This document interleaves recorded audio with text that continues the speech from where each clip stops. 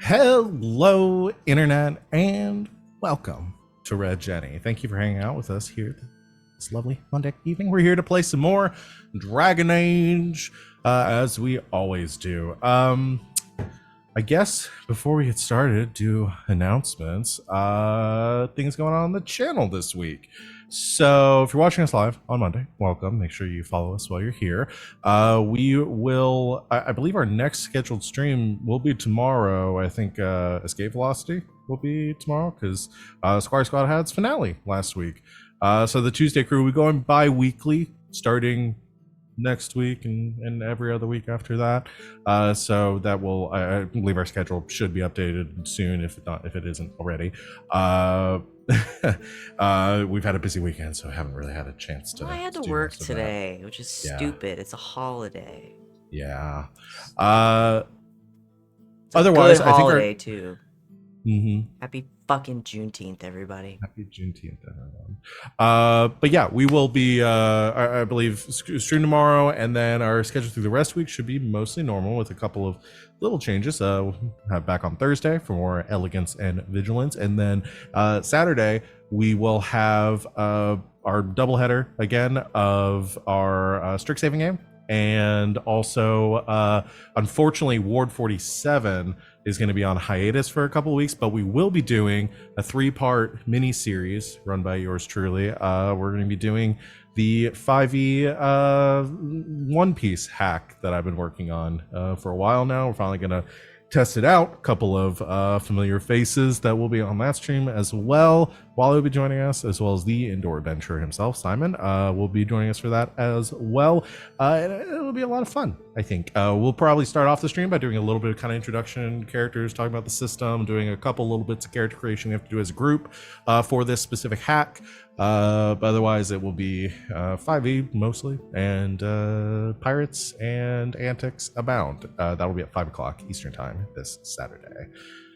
Otherwise, I think that's about it. So I'll go ahead and turn things over to my lovely players here to introduce themselves, talk about who they are, what they do on and off this channel, and who they are playing tonight, starting as always with Van.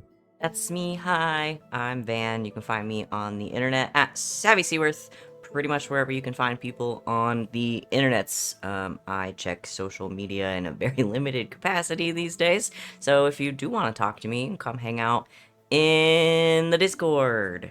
It's a fun place to be. The link is in the chat and also on our Twitch page and several other places. Come hang out with us. It's fun. We're talking about the wonderful new Soulsborne game, Lies of P, this week. So if you want to get in on that, come hang out with us. I'm live on Twitch several days a week. Sunday nights on twitch.tv/lbhackemup, playing Dungeons and Dragons and Playthings of the Gods, which is hurtling towards finale territory, and we're very excited. It's getting very exciting. And then on this channel, Thursdays through Mondays, playing in several games and running Dungeons and Dragons for the Strict Saving crew on Saturday mornings at 11 a.m. Eastern Time. We're playing The Wild Beyond the Witchlight. And we had a week off this week, so this coming week is gonna be one of those. You know what I'm talking about. But that's not what we're doing right now. Right now, we're playing Dragon Age, and I'm playing Venehn, who is the elven marksman. What the fuck happened last time? Ooh. Dragon. Yeah, I'm gonna say the best shot in the party. Shots fired. Oh, It's literally marksman is right next to my name. that is fair. I'm gonna give him kind of that. have to. It's assume okay. that Yeah, is we the that's statistically very the best fair. shot. It does in the party. say in the you are an expert shot on my Yeah. sheet. That's just the rules. I didn't make them. That is the rules. He's the expert. I just shoot a ranged weapon, so it's fine. I believe I'm next. Hey, I'm Christina Sid. You can find me all over the internet at Greek Sid. I'm here Thursdays through Mondays playing in games. I also run our game of Elegance and Vigilance on Thursdays at 7 o'clock Eastern. It's Good Society. It's D&D. It's Regency Superheroes. And they are embarking on one of the most stressful events that they have had to endure so far. a tea party. So definitely check that out on Thursday. Today, this evening, it's evening, but there's still light like streaming through my window. So today, I am playing Yasmera. She is our Kunori Shadow. No brain today, so I'm just gonna say the tallest member of the party because yeah, fuck y'all. There's no way. Guess that's up to me. Sup, y'all? It's me, Wally, your favorite non-binary slime best friend on the internet. You can find me Thursday through Mondays here on this channel, playing in all the games everyone's talked about. Also, you can find me on the Twitters at WALLE132, like the cute little Disney robot, talking about what's on my brain and all the stuff that I'm in. Like, don't forget, check out the Atom List. I'm on that for a couple more episodes. I play Pancho, the cutest little cowboy who just really loves his wife. Like, she goes on a vacation, and that's listed as trauma for him.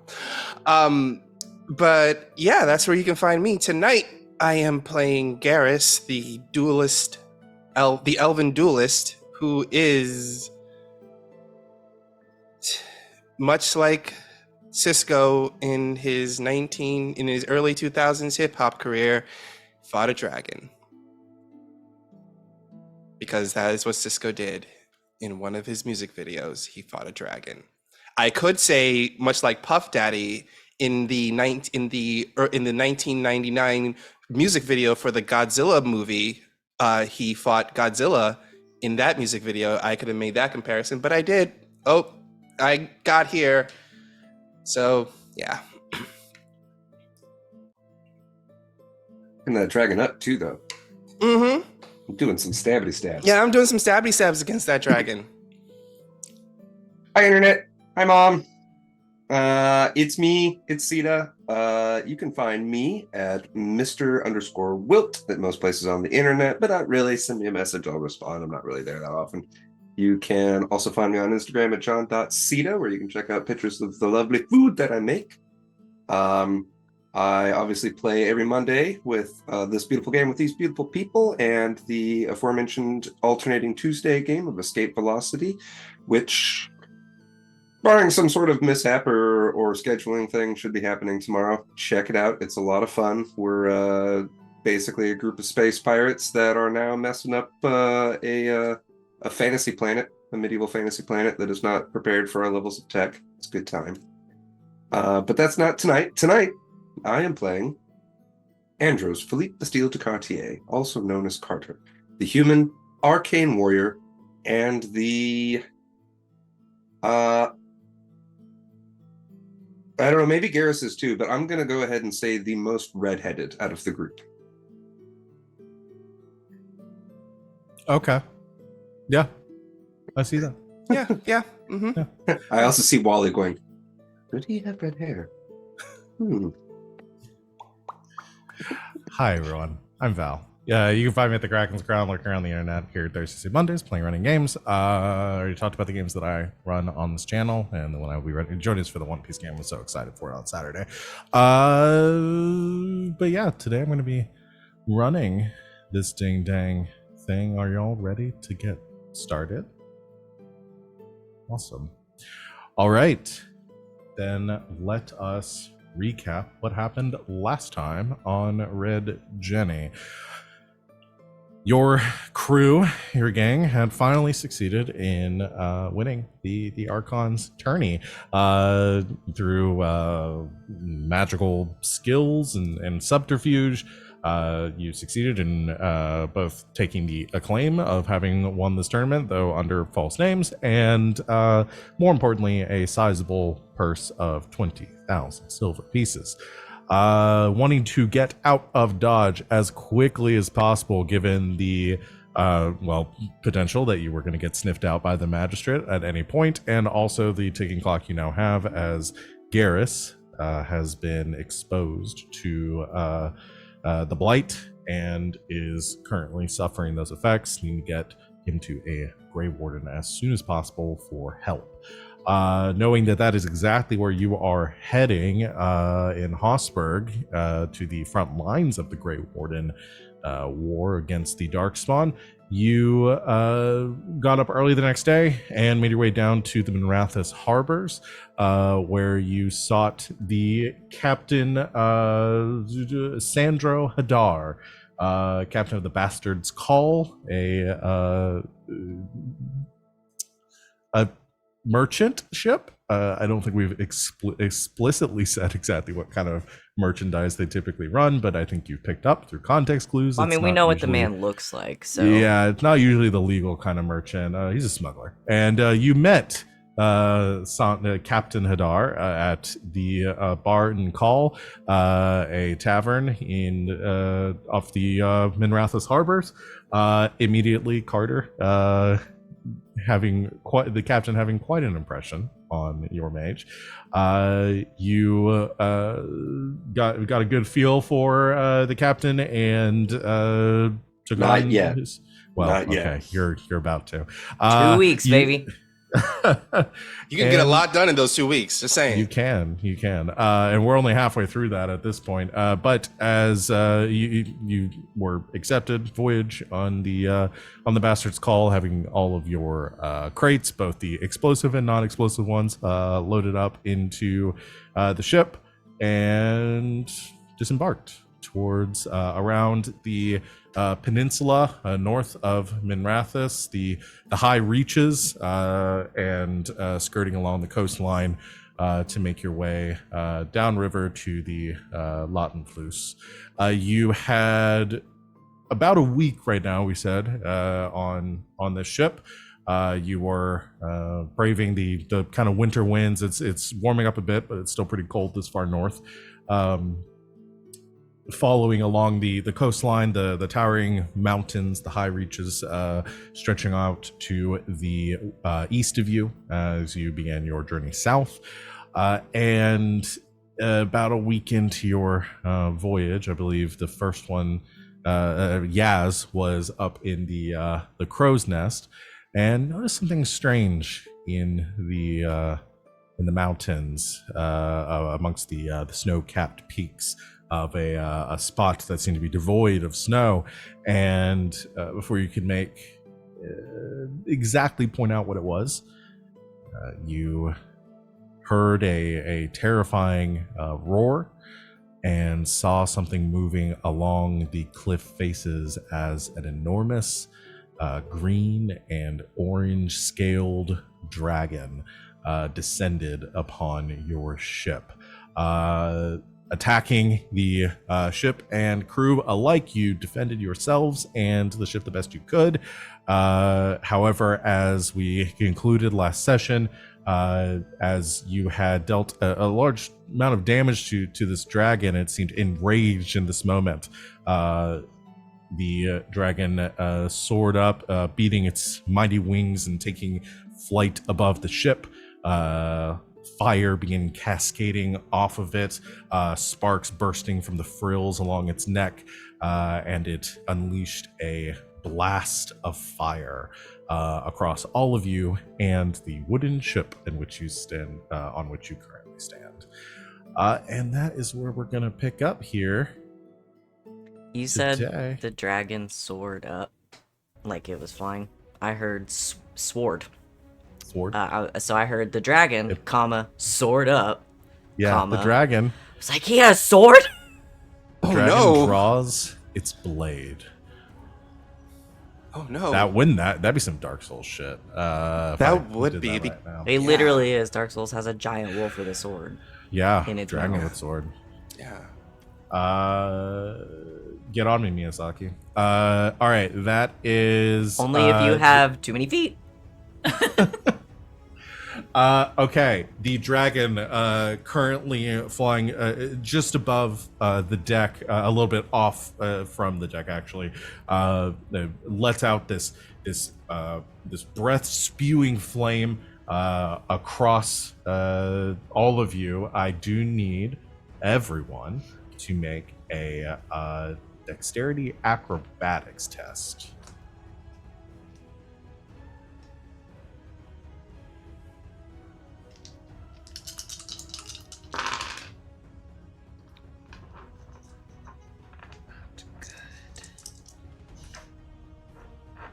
Well, I got doubles.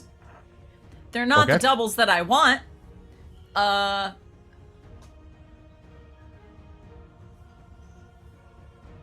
got an 18. Okay. 16. Ben succeeds. Carter fails. I got an 18 also. 14. I have Garrus 3 stun succeeds. points. Does that mean anything? Yes, fails. I don't think so. It's more like a Okay. reflexive thing to avoid damage. I don't think you can really stunt on this. Got it. But the fire it explodes. What Venehn and Garas leaping as much as they can out of the way. You can still feel the heat hits you. Let's see. That'll be. So I rolled. I'll give you all the lower of the 2 die. So it'd be 5 penetrating damage to the 2 of you. And it'll be 11 to Yaz and Carter, penetrating fire damage. Penetrating's the one that ignores armor. Yeah. So it'll ignore your armor as the fire hits the 2 of you that were not able to. You feel the searing heat. You do your best to defend yourself to avoid any like long-term injuries, but you definitely feel the singeing and the smell of burnt hair around you as the fire hits. And as you stand, regain yourself amongst the smoke, you can also see the ship is currently on fire. The crew immediately jumps into action trying to douse it, but you are currently, especially with the cargo under your feet right now, you are in a pretty precarious spot. So what I will tell you right now, as this introduces a bit of an environmental issue here in the combat, I'll say the 4 of you are not in danger of taking the damage from the ship being on fire. You can maneuver around it pretty easily. However, each turn the Skyburners are going to take damage while the ship is on fire. It's not a lot. It's mostly residual damage. The fire is mostly here on deck, but as it continues to spread, they will take more. You can try to put out some of the fire. However, the dragon is still a looming problem, so you also need to deal with that, and that's something for you to navigate. So, just wanted to be upfront and clear about that. I'll tell you also, the damage the Skyburners are taking is not enough to destroy them in one go. So you probably have some rounds. It's 1d6 damage every round. How So many just hit letting points you did know. they have? They have 30. Oh, okay. I was about I to mean, ask how that's many still hit points not they have. very many. No, it's still not. So I but do a still. divinity and I take out my arrows and I dip them in a puddle and now they're water arrows and I shoot them at the fire. You get your rain scroll out I and cast rain over and over and over again. No, can't do that. All right, that is. Damn it. That You was tried. the dragon's I tried. major action. As a minor action is I don't think really doing much. I think it's pretty much. I think it's pretty much going to stay up where it's at right Yeah, now. and feels it'll pretty move good next about time. itself, you know? Feels pretty good about Little itself smug. right now. Look, I think it's just waiting I for fucked it up. It started the microwave. It's waiting for its food to cook. That is the dragon's turn, which will put it at Carter's turn right now, at the bottom of the round. Out of character. Uh-huh. And we can yell this in character. Splitsies, maybe. Maybe the 2 long-range shots, aka Yaz and Venehn, continue working on the dragon, and then perhaps the magical person and the person that would have to get up close start working Yeah. on the I'm fire. just gonna shout, Carter, do you know any cool water spells? Like, even if they're not cool, that's okay. I know a Even water a spell. bucket. It's called a bucket. Even a bucket would do. Just a thought. Well, damn it. I spent 2 turns gearing up to get my blade out there by the dragon. Yeah. Well, here's what I'm going to tell y'all. You can do a You're sword not going too. to be I able saw to. that. I can get a bucket. Let me clarify too, because I don't think I really explained the mechanic and how it's going to work too well. You're not going to be able to fully put out the fire while you're in combat. That's going to take some time. However, the quicker you can take out the dragon, the more the crew can focus on. You all can focus on putting out the fire and not defending the ship. The way that the damage is going to work is it starts off at a d6. Each round, somebody does not take at least one action to focus on putting out the fire. That d6 goes up. So it'll go to 2c6, 3d6, 4d6. So at least one person needs to get it down. If it gets up like 3d6, 2 people could bring it down to 1. But 1d6 is your minimum. So that pretty much just puts a ticking clock on being able to take out the dragon. So right now, this round, probably not going to make that much of a difference. Subsequent rounds, it will start to. Who's the strongest Maybe we and can take carry turns? the most buckets? It would be me. And that would work too, because once we can. Why don't we trade off? Because once the dragon inevitably comes back on the ship, your melee is going to be better. Yeah. Yeah. That's a good idea. Yeah. All right. Okay. And yeah, y'all can decide each round who's going to use their action to do that, but I don't mind. So, Carter, you can go. Yes. Also, Garas, how bloodied up are you looking? Oh boy. It's really bad, right? I'm really bad. I am less than. I'm at 3/4 of my health right Okay. now. You're missing and- 3/4. Is that? I'm missing 3/4 Okay. of my health. I was Yeah, like, I'm you're very at low. 3/4. That's nothing. And That's the gauntlets. if I remember correctly, the last round, I can't remember if the dragon moved before or after I got my halberd up to it. Like, is my halberd within striking range, or do I I have think so, because you were moving your halberd towards it. I want to say you got the halberd up to it, but you weren't able to attack last time. That's what I thought. Yes. Okay, then I'm going to use my minor action to step down closer to Garas in case I need to heal him, and also to just kind of interpose myself between Garas and the dragon. Sure. And then I will use my major action to attack with the halberd. Okay. I'm going to use my brand new dice and my brand new dice tray from my good friend. Got that for my birthday.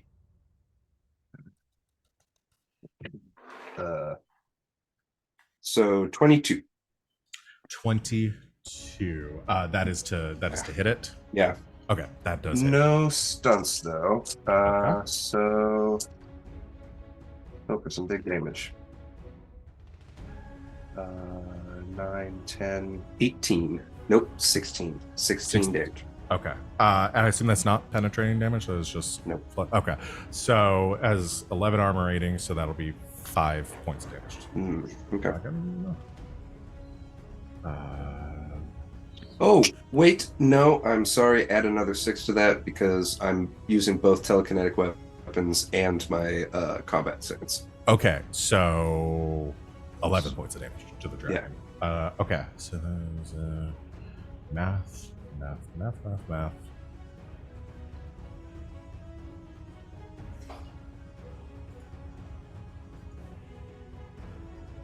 Muted. So your halberd, sort of soaring up behind, spinning through the air, comes through and slices across the side of this dragon, which is like turns to the side, immediately trying to move out of the way of this spinning blade that is now pursuing it. Though nobody's attached to it, so I don't know if the dragon entirely knows what to do about the halberd. All right. So that was your minor major action. Mm-hmm. Awesome. Very good. That'll bring us to the top of the round, which does mean at this point that the actually I'm gonna roll these in the open. Let's see, 1d6. That is 4 points of damage to the barrels. Should bring them to 26 hit points, so you're still okay. Can we heal the barrels? Can we throw water on the barrels to heal the barrels? Oh, Is that this is like the- the rage chest in Sea of No, Thieves, where you throw can't- water on it and it stops You yelling? could take some time to repair them once they're no longer in danger on of fire. Okay. being on fire. But right That's really now, what I was asking when I said the extremely stupid sentence, can we heal the barrels? Yeah, there are 15. You have 15 explosive barrels and less than 15 wine barrels at this point. So you have almost 30 barrels on this ship, and without really knowing which, I don't think y'all know on first sight which ones are the explosives and which ones are the regular ones. So that would be hard to gauge at this point. But like if we live and don't blow up If the you boat. live, then yeah, you could take some time to try to fix them up. The damage for those will increase to 2d6 now for the next round, unless somebody fixes them. But that is now the start of the turn. Then That's me. Where the dragon is right now? it's currently flying. I think I said like 20 or 30 feet 20 or 30 feet, okay. up in the air. It's a what I little bit out thought. from the ship, not too far away.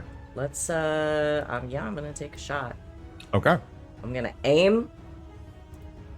Cause I remember how to do that.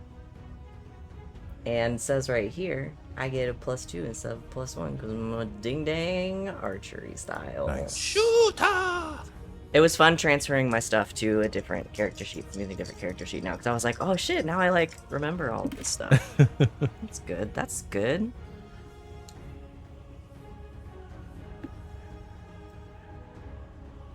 $19. 19 does hit. No freaking stunts. Aw. That's Damn. alright. If there's anything else I can do for not stone points. No.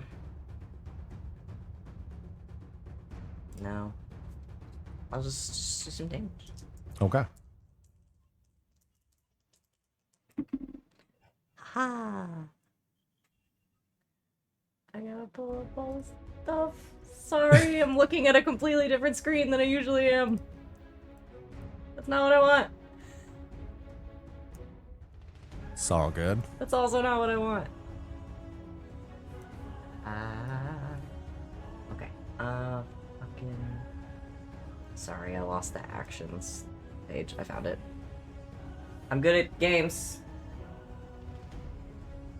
Just the attack. Yeah, for anyone out there that might be wondering, we're doing a kind of a move over to roll 20 from being on roll previously, just because it was a little bit much to keep track of on the sheets there, so maybe a little slow getting everything found.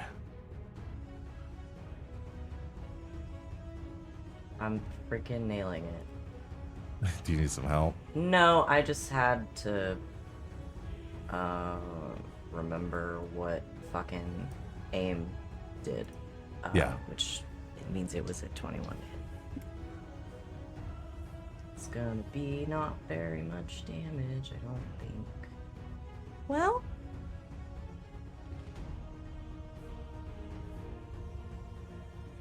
It's 14. Okay. So 14 points of damage. You didn't know Isn't stuns. that its armor? No, its armor's 11. So 11. you I deal thought I 3 had more. points.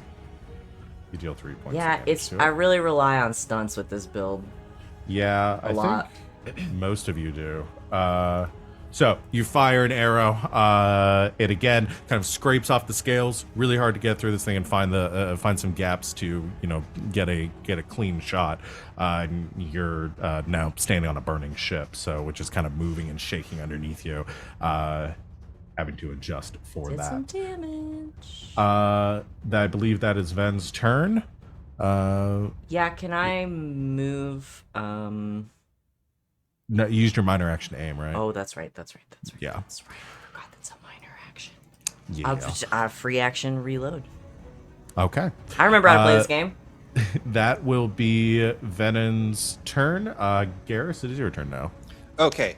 The dragon is up in the air. I see the fire on the ship. I'm going to start grabbing buckets to put out the fire on the ship. That's what it's my turn to do. Yeah, so you just use your major. I'm only counting it as major action to do that.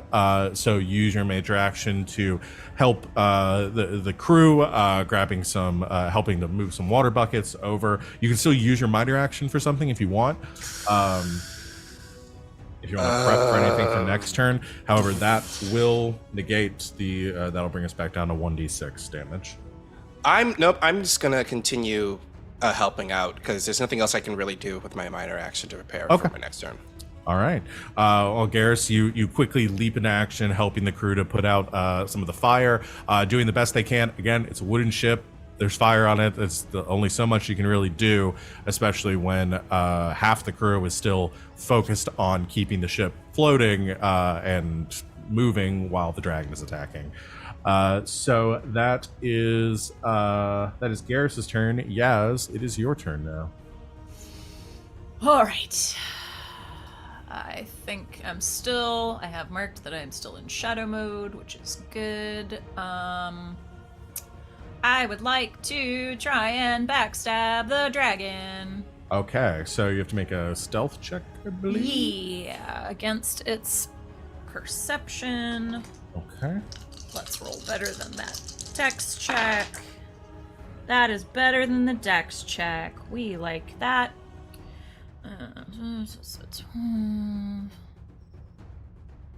That's gonna be an 8. Nope. I'm trying to do damage and not a stealth check. That is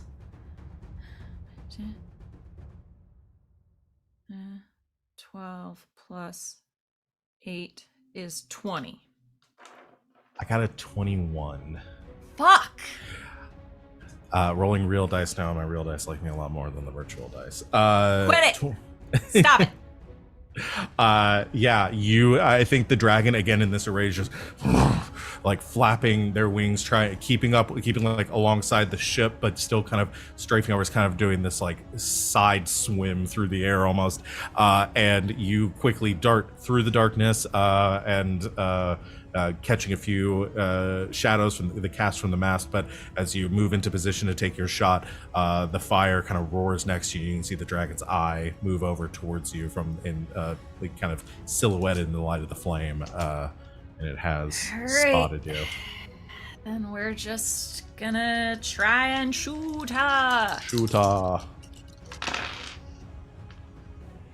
Okay. Not great. 9 plus 6. That's only a 16 to hit. I don't think that's gonna hit. Nope, that hits. Oh! Okay. I got 2 on my dragon die. All so right. 5, 2, 2. So combat stunts. I'm probably just gonna Pierce that. rapid reload and pierce armor. That's a good idea. And so it's 2d6 plus 11, which I believe is just the armor class for the dragon for its damage. So I'm just gonna roll these 2d6. Well, and tell you're what piercing it is. its armor, right?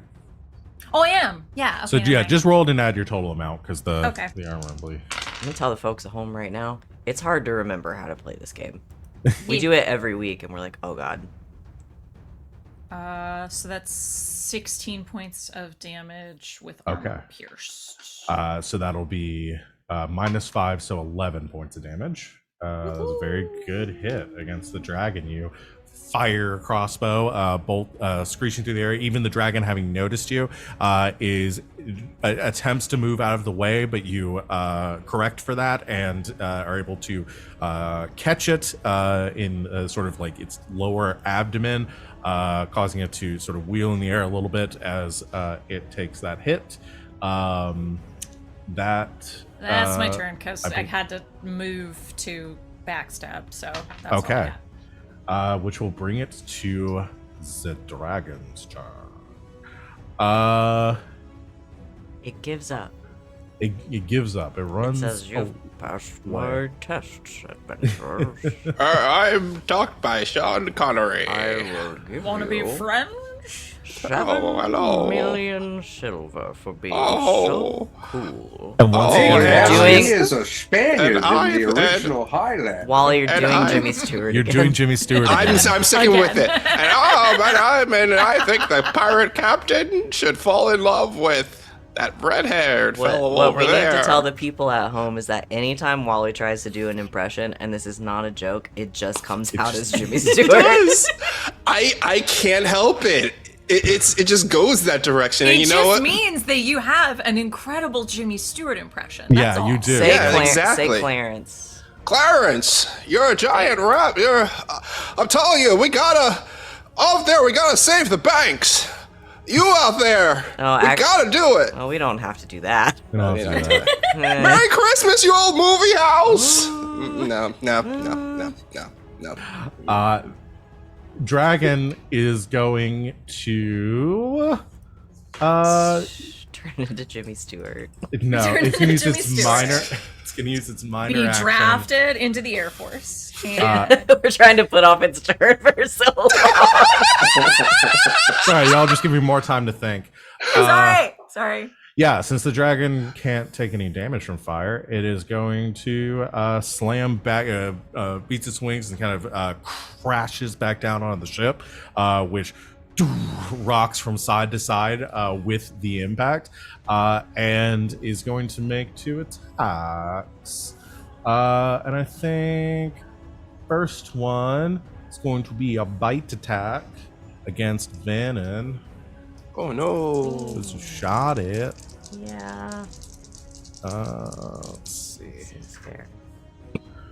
It's not a great roll. That is 15. Oh, that's my defense. So that does hit. It did not stunt. Which I means played you take- with you as my GM for a very long time, so were you doing a dragon? And you said, "Oh, that's not a great roll," and I expected you to be like 35. Oh, Not yeah. great, but Could have been better. That is 16 points of damage to you, Vin. okay. Minus my armor, right? Yes, minus your Which is like armor, so many. Mhm. It's 5. And then with its as it bites down on you, as Yaz just shot it with the crossbow, is going to rake a claw to the side and try to slash at you. No. Let's look at my shit. No stun points there either. But that is 24. Yep, that hits. That's a plus 11 to its claw attack. That's so spicy. Christ. very hard for it to Jeez. do. Spicy dragon. This is a dragon. This is an adult dragon. That is 17 points of damage to you, Yaz. Is it a good idea? Yeah, what about like a whole class of dragons that's based on different foods? It was like Okay. spicy pepper dragon. I'm gonna write this down for later. So Full again, range dragon. bites onto Venehn. I think you leap out of the way, just teeth scraping against you as you avoid just being consumed by it. And then it immediately, in a fury, kind of pivots on the ship, slashes at you, Yaz. You can feel the claws like impacting and digging into your armor. That is all it can do, though. So it ends its turn on the ship. That is going to be Carter's turn now.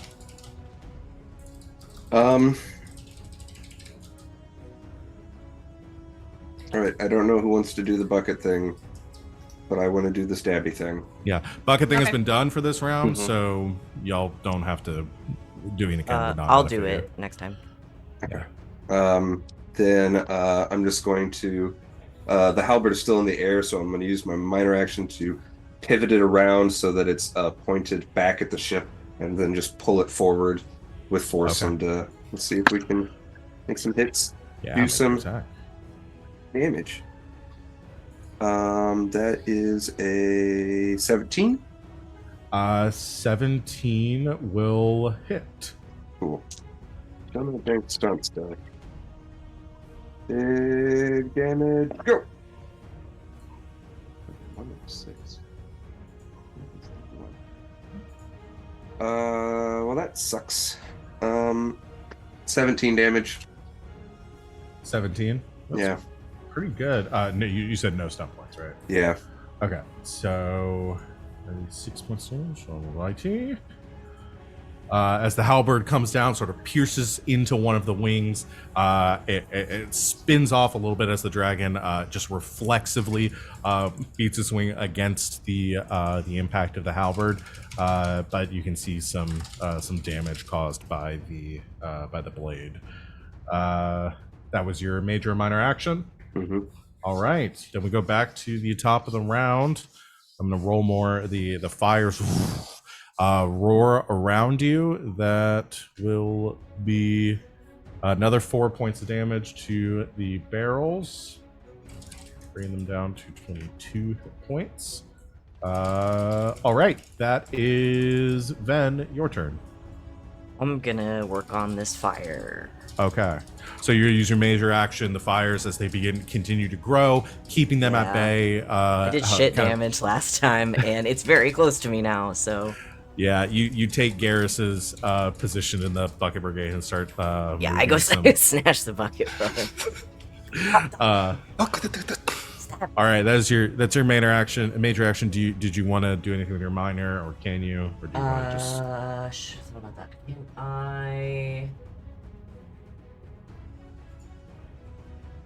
I guess I'm probably moving.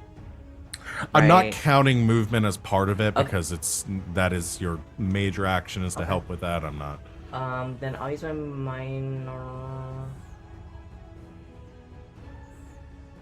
Yeah, since I don't have to make a check for this, I'll use my minor action to guard up, Okay. just in case. Okay. So I'll add +2 to my defense. Okay. So your defense goes up by 2 And then I subtract that from other tests. opposed tests. Yeah. Yeah. All right. But I don't have to roll to help put the fire out, so I'll take it.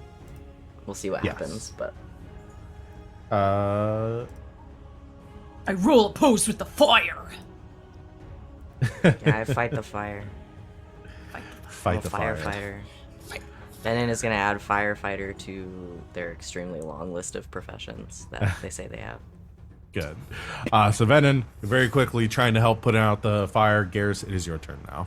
Okay. Since Venehn is handling the fire, I am going to draw my sword and knife and go to Stabio this dragon. Okay.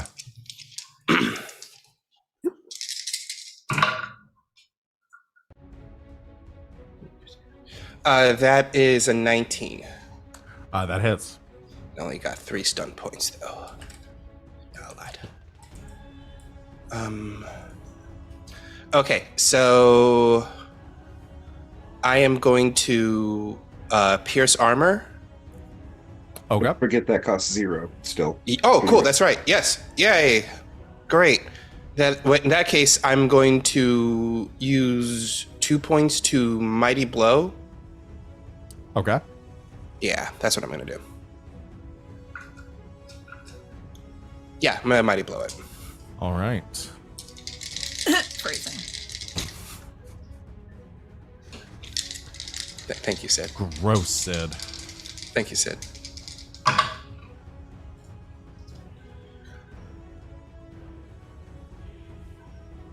Oh, that's 15 points.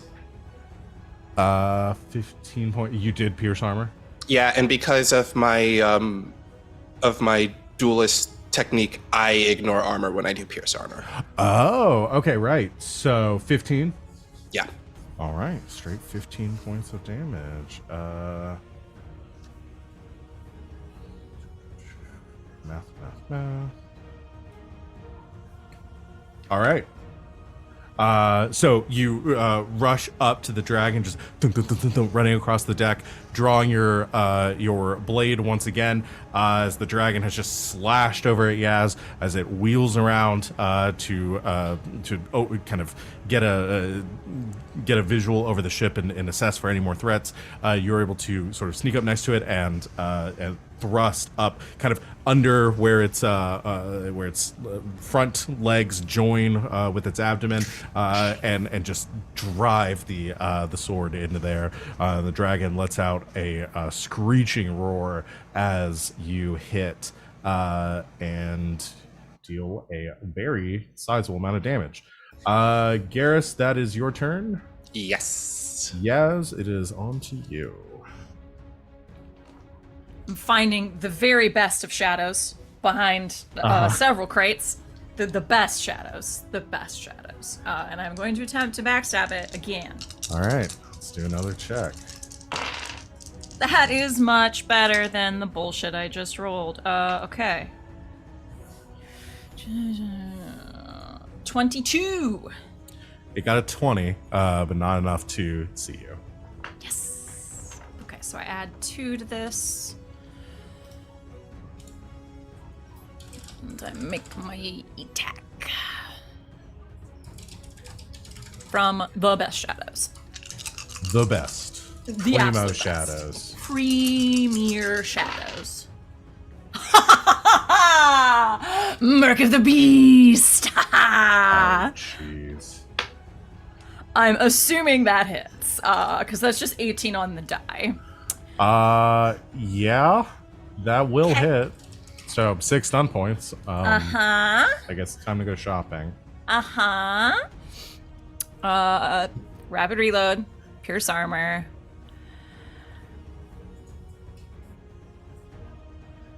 And, no,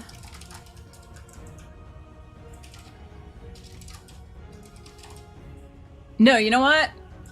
Fuck it. I'll do lethal blow and pierce armor. I'll save the rapid reload for another time. Okay. So that's gonna be 2, 3, 4d6.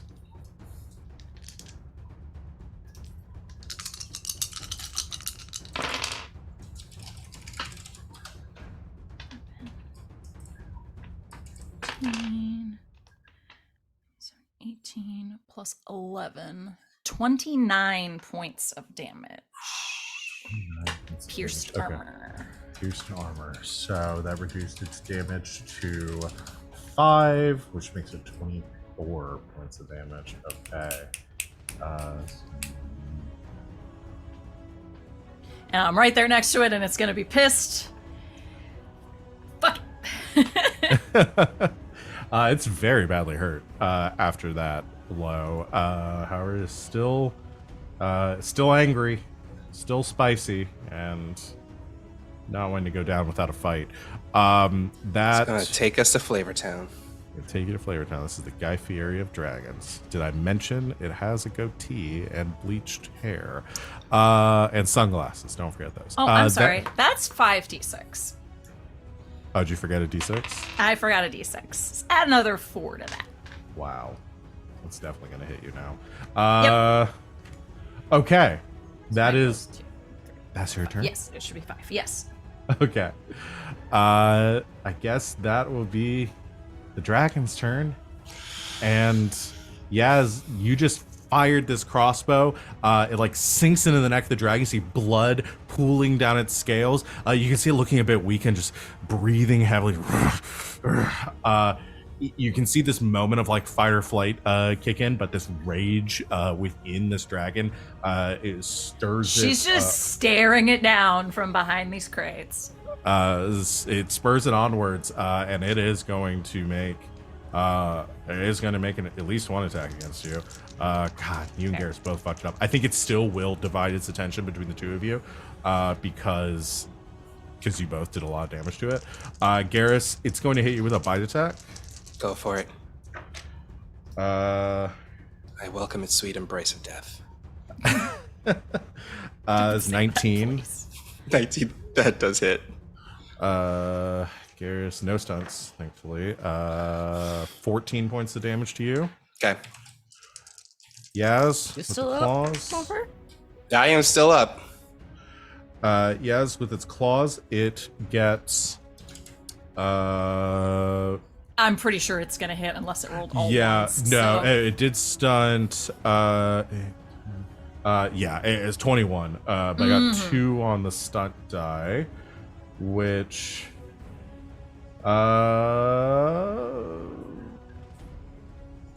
fuck it. That's never good. It's gonna also Maybe it was an invitation. Yeah. Oh, it's also gonna do are you offering? does it do a tail dash? 2 stuff. Is that what you're calling it now? That's what the kids call it now. That's what the kids call it now. They call it tail bashing. It's gonna pierce. Yo, I armor was with my girlfriend against last you. night and I got 6 stump points. So what does that reduce? Pierced armor halves your armor to It's 4. 4. All right. 17 points of damage to Yaz. Ooh. So Okay. 13 after reducing it. All right. The I dragon. am almost at half. Yeah, it bites into Garas. It slashes at Yaz. Still like trying to desperately kill is something that is hurting it, and you're not. It is not able to. So it is going to use its minor action to move. It's going to use its minor action to fly, and it flies. What's that? It flies. It's 15 yards. So that is 45 feet. Just This game measures things in yards, if that's helpful. yeah. Ranges in yards, help me. So it goes 45 feet up away from the ship, wanting to put some distance between the things that are trying to kill it, but also pretty intent on getting its prize. So that will end the dragon's turn. Carter, it is on to you. How bad is everybody looking? I'm Oh, wow. fucked up. Yeah, Garas is fucked up. I'm still over half, so I'm fine. Barely, but same. And I've got 2 potions still. Does the dragon look like it's having any trouble flying? I mean, yeah, it does look like it's struggling a little bit. Mechanically, it's still nothing has damaged its flying capabilities, but just narratively, it looks very badly hurt. It is bleeding a lot, definitely struggling and moving a little bit more sluggish than it was before. Okay. So the three of us have fought together for a while now. So I think Carter will just look out across you guys, not say anything, but you can see the question on his face. Yaz just nods. Garas does the equivalent of that Mad Max thumbs up, like, I also give a thumbs up, but I'm pretty fine. Then Carter's gonna like wheel back onto one foot, lifting the other up in the air, and with all of his magical strength, hurl the halberd end over end towards the dragon. All right, yeet. Yeah. do it. This bitch. Not Yeet empty. this bitch full of blood. Yeet. This bitch magic. Yeet. 22 to hit with 5 Yeah. stun points. I Holy think I shit. might Boy, rest this let's guy go. It was the thumbs Um, up that did it. yeah. It was. Mhm. Definitely hits. Magical. And 5. Okay. Jeez, 5 stun points. Okay. All right, so because of the telekinetic weapons, I can also do pierce armor for 1. So I'm going to do 1 for pierce armor. I'm going to do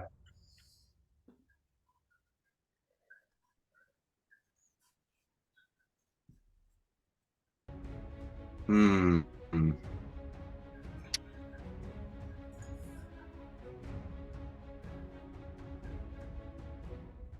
Fuck I'm it gonna do up. 3 for lightning attack. I think I do more Yeah. damage if I can attack more Yes. than once, and then Yeah.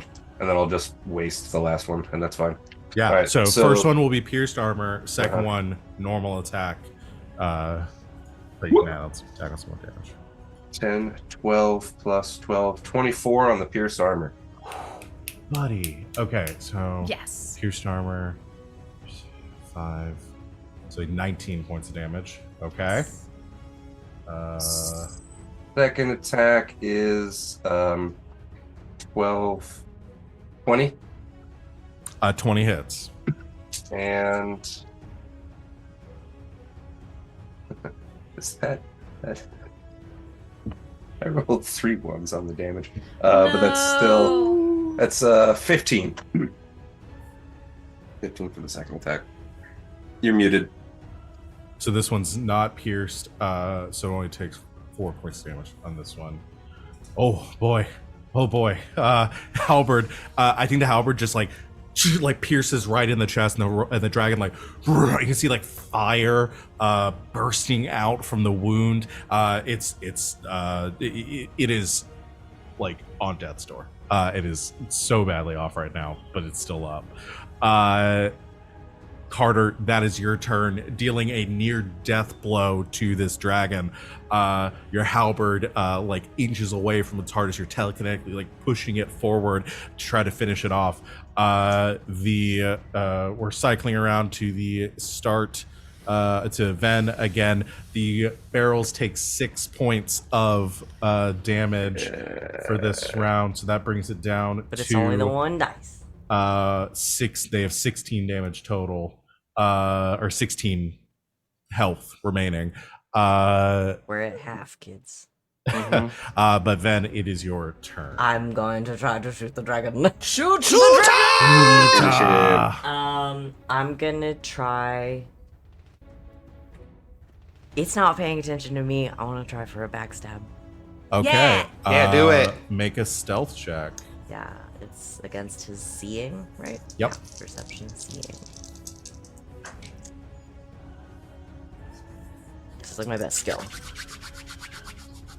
It's literally my best skill, actually. Except for initiative.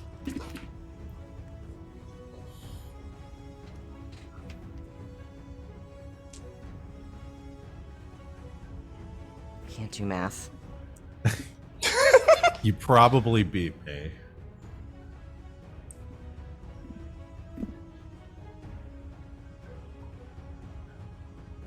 $23. Okay, I got a 16. You definitely beat me, so you can add your additional backstab damage on get top up. of this. So +2 to the hit, and then add additional die. Yeah.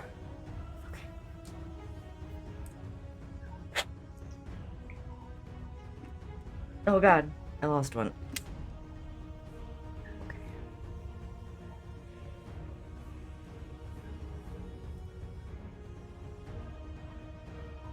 It's a 20 to hit. That hits. Oh yeah. No freaking stump points still. Oh no. But still 1 additional dice. Yes.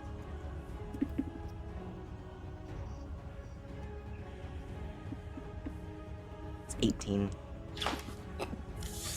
18. You didn't pierce armor. No, because I couldn't. Okay, so that goes to 7 damage. You have 5 hit points left. Let's go. Do it, Dragon Slayer.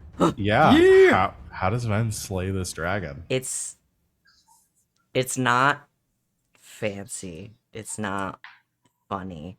I think Venehn has like, It's not entertaining. because Let's just usually skip it's silly. Like usually Yeah. it's like, oh, let me put on a show. Like this is, I don't know that in combat anybody has ever seen Venehn just like full on serious business. This is Venehn at work. I think sort of has stepped a little bit back from the bucket brigade, and drops the bucket, and I think as the other hits start coming in, just like as the dragon turns its head, sees, just on instinct, like clocks the opening as like maybe like a part of like its throat or something is exposed, and just lightning quick, boom boom, pops up onto like above everybody else because he's short, onto a railing, sort of locks his feet, sort of braces, and just one shot. And as you loose this arrow, it sails through the air, and then there is a simultaneous impact of the arrow against the like where the jaw meets the throat of the dragon, and it lets out another that's kind of like cut off as it roars. You can see that breath of fire sputters out. You see blood like pouring out from its neck as it beats its wings one last time, and as it goes to beat its wings for a second time, they hang there for just a moment, and the dragon begins to plummet and slams into the water as the waves cast to the side. The ship rocks once again, and the dragon is slain. And then, right, because now it's fun again. Slings the bow back over, like hops down off the railing and lands in the middle of the crew. One shot. One kill. That was more than one shot. Get the barrels! Get the barrels! Captain Hadar immediately he begins yelling to the crew,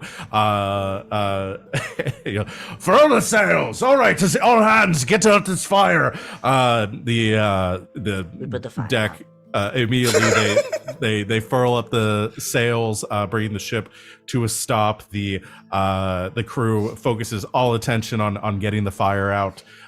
Keeping the cargo safe. You, as soon as like the steam and smoke are wafting around you, as the last bits of flame are stamped out, you're able to see, make your way below deck and see the barrels, though damaged, are all in one piece and are not in.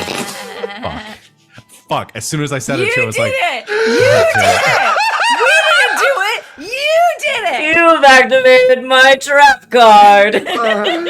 "Oh my god!" All I right, that's all planted for our the stream seed tonight. Thank early you, everyone, on, for asking joining about us. fixing them. All right, they're done. The barrels are good. They're well cooked, but not destroyed. The So wine's gonna be a little spicy. yeah, the wine maybe won't be. Who wants some great. mulled wine, Nice, everybody? a nice Tempranillo, you know? Yeah, it's like Get some mulled wine up in here. It looks like that's what we got, some mulled wine. There's some, like, some sage in there and some various cloves. We can make some mulled wine, Yeah, I'll say the wine is mostly fine. The damage was not enough to destroy your cargo, but yeah, you got It some. was just you got hot. some. It was you got some hot for a little spicy bit. wine near the edges. The ones That's near the okay. back are probably okay, but the ones near the fire. Maybe it's good. Maybe it's like It's flavor. yeah. Dragon. I mean, you can sell like dragon mulled wine. Dragon fire. Okay, yeah. Venen's already is right next to Carter. Is like, I have some ideas. Someone fancy out there will spend a lot of money to drink it, whether Carter. or not it's good. Do you think you can draw the logo of a dragon? I believe I could accomplish that. Okay. While he's saying that, real quick, Val, I have a question for you. Sure. Is my halberd still inside that dragon? You're able to wrest it Okay, free. Because I Yeah. don't know how well I could swim. Can we? Yeah, I will say. We get as you- anything we from the drag the dragon carcass? Captain Hadar is already ahead of you, and has. Oh, ordered, he knows some that of the shit is crew- gonna be worth something. Order some of the crew. You can see them. They've already a couple of the crew have thrown some like grappling ropes over towards the drag boat, which is kind of floating on the water, which is beginning to sink, and they're pulling it towards the ship together and lashing it to the side. And you can see the Captain Hadar is a little bit singed, but it's mostly okay. Is inspecting the creature and looks over to you, Venehn, and says, "That was a good shot there at the end. Good job, boy." Thank you, Captain. Well, we're going to need to repair. Look to everyone. We're going to need to repair a bit and make sure that we're still seaworthy before continuing onward. But that could have got a lot worse. So I appreciate everyone in helping and jumping to action very quickly. I guess consider that. I point to the dragon. I guess consider that a bonus. I was going to ask about that. I assume when we're dropping you off at Hossberg, we're making our delivery there. I can't imagine you're having much luck in transporting something this large over land. So you're obviously you slew it, the four of you.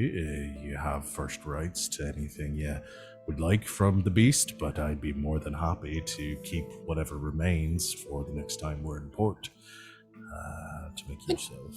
That's think we like, could can see you that. imagine if you salted that? Like, how much food is on that? Can you eat dragon? You probably could. You just got to prepare it right. Poison lore. Can you eat dragon? I'm rolling it. Yeah. In Sea of Thieves, you can eat megalodon. Uh, I'm saying. Go ahead and roll, yes. Yes. Can you guys tell we've been playing on Sea of Thieves lately? A little bit. You can eat Kraken meat too. You just gotta cook it. You can. Put that Kraken meat in the water, let it boil. That's a stew right there. Kraken stew. You know, 21. And I also 21. have that lore thing. boil Of, and mash and please stick 'em feel in the free stew. to tell me something extra interesting. Sure. And I'll kind of wrap that 21 and some other stuff too. But is it edible? Yes. Is it enjoyable? Probably not. Dragons are apex predators. They are not going to taste good Gamey. to most other creatures. They are. It's not. It would be like eating a lion. It's not going to be a good experience. A lot of muscle. Yeah, and not That's only that, but jerky though. Yeah, Dragon season the jerky. shit out of that. Yeah. yeah, I mean, not only that, it's gonna have a very like pungent, kind of acidic taste to it. It's gonna be very like gamey, like incredibly gamey. You would know again, it wouldn't be something that could kill you, but would not. And I think maybe Captain Hadar would mention this too. It's like just because it's not tasty doesn't mean that rich people won't spend a lot to eat it. Now I like this man.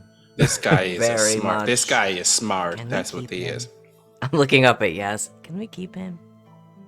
I think you have to ask Carter for permission first. I think Carter was tending to your wounds, Garas, when you said that. And without his expression changing, you get like a finger jabbed into one of them a little bit harder. I'm not sure why that would be up to you to decide. No, Garas, don't be a baby. It hurt. He poked me in one of my dragon bites. I got bit by a dragon. Carter would never do that on purpose. I'm just looking at Carter like full goblin mode. Activate. Carter winks in that, but he does that like expressionless wink. It's just So it's very unsettling. Extremely Super unsettling. and To uncanny people who valley. aren't like, the three like of his us, eye it's just very gets unsettling. lazy for a second. Is what it really is. Yeah, anyone else would hate it, but we're like, oh yeah. But I will tell you, you would know this too. Yeah, as in probably most of you, Drake skin is incredibly valuable in making armor, and can be refined into a very good, very fine armor with the right craftsman. Oh yeah, we want Drake skin. We We'll want take Drake skin Drake armor. Yeah, we're gonna skin it. Yeah. So probably most of that again, you would have a hard time doing while it's to lashed on the side of the ship. Lucky you have a couple things working for you. The water is very cold. It's going to keep the dragon from And salty. rotting at all during the and salt water while you're traveling. And Captain Hadar will tell you once you arrive at Hosberg, you can salvage whatever you want from it, assuming you're okay with Captain Hadar keeping whatever you don't. I'd say they've earned it. Yeah, we almost blew up his ship. Yeah. But the crew seems incredibly impressed by this. I would say, like, if you had like little reputation meters, they've definitely just shot up. With In the crew corner, of it just Bastards says, "Call." Everyone likes this. Everyone likes this. If anytime Captain Hadar like compliments us in battle, Garas will just be like, "Oh, you have to we're understand all something. You have to understand. expounding on You have to Carter, understand yeah. something, Captain. We are great. We are fantastic fighters. We've been into many scouts. We have to understand the person who really organizes all of our combat tactics and everything we know was Carter. If without Carter, it would just go to How pot. many times can you say you've seen a man stab a dragon through basically its heart with a magic halberd? Exactly. That's crazy.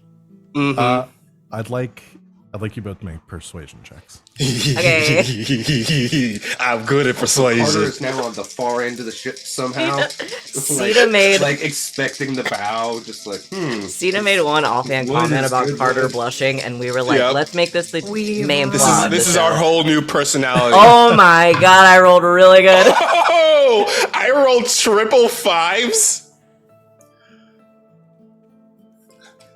course, these are the roles that you know. I got Happy triple Pride, y'all. fives with my persuasion, and I have focus. So We love queer love here. We Okay, love it. I got a 17. I got a 20. I have a 22. Yeah, yours is way higher than mine, but Uh, mine's still pretty fucking good for this game. the captain acknowledges this and says, "I see, and Carter, It's like a as big halberd, though. He's not overcompensating for anything. Carter, as you are, or you're just like inspecting some random piece of the ship. I don't even. I'm assuming Carter doesn't really have a knowledge of ships or anything. And you're just Carter's like, been tying the same knot at the very back of the ship for like 5 straight minutes. yeah. And you hear a voice behind you says,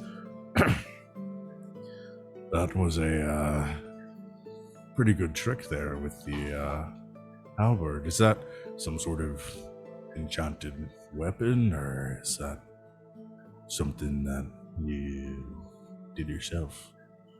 Yeah, it is a magical talent I have developed through communion with a spirit. It is complicated, perhaps a bit difficult to explain.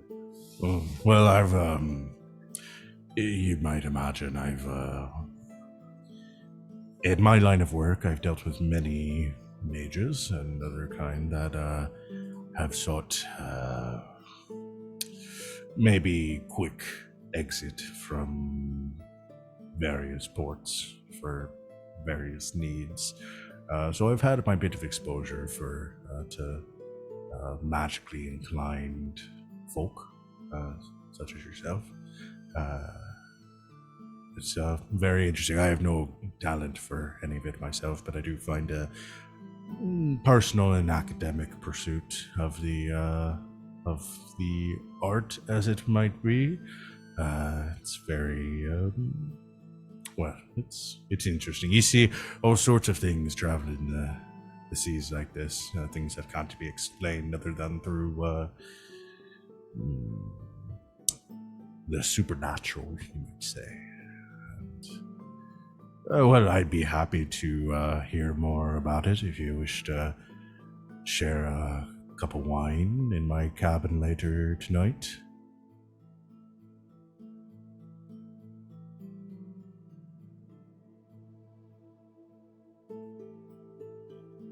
Perhaps. The 3 of us are on the other end of the ship with the like behind the captain's back, like. Do it.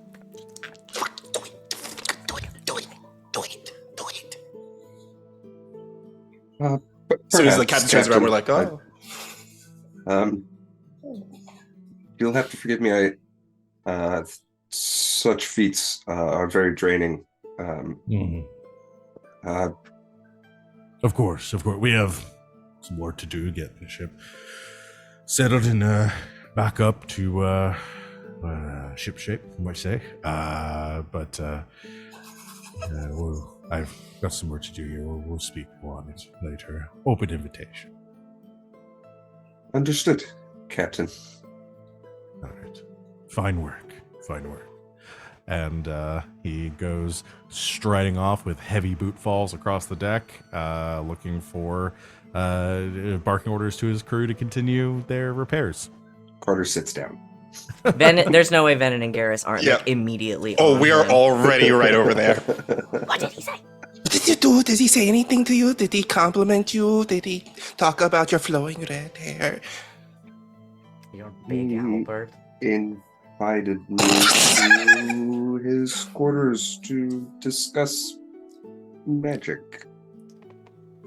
Oh, he's interested in magic.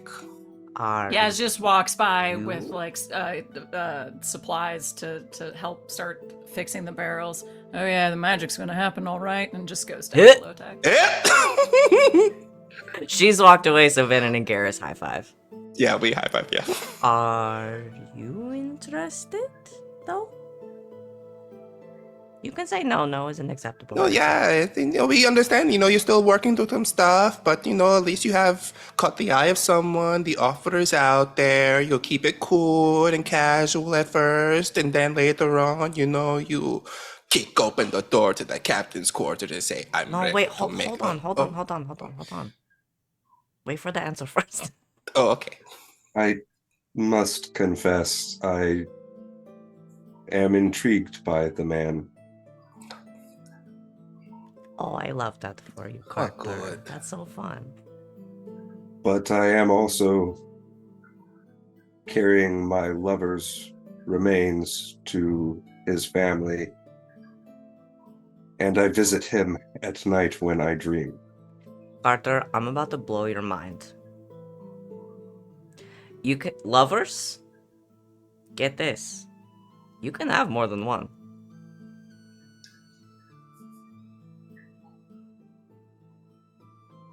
As long as everybody is like consenting.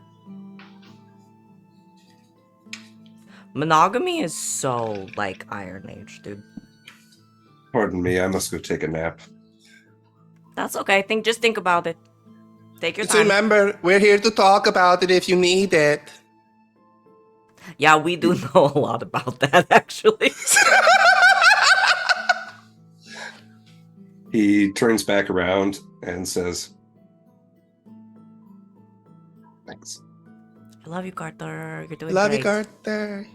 You freaking And then he's stabbed the gonna go dragon downstairs, so take a nap, hard. and talk to his dead boyfriend about getting into a throuple. Doesn't have to be a throuple. It doesn't have to be a problem. Hey, it can be with Hinge, it's no big deal. You just have like Yeah, a they little can just be- one-time fling. It can be with a Parametamorphs. Yeah. As long as everyone is okay with it. Ah. As long as everyone knows and everyone's okay with it. Hey, That's the I'm glad you funniest guys thing like I'm my going to joke. say all week. Fair. Parametamorphs. Yeah, that's good. Okay, so I do have a scene. Yeah. Oh, yeah. As Carter we're walks playing a away, this game. is not a scene, it's just sort of a bomb on, but I just look at Garas like, do you think Eckert's gonna go for it? Oh, I think Ecker's totally gonna go for it. He's gonna be like, yeah, live He's your gonna- life. I love you. I want you to be that's his happy. Yeah, so it's like we can always have a little dream rendezvous, but still, Yeah, Captain during the day, Eckert at night. Fucking Carter's Yes, living exactly. right now.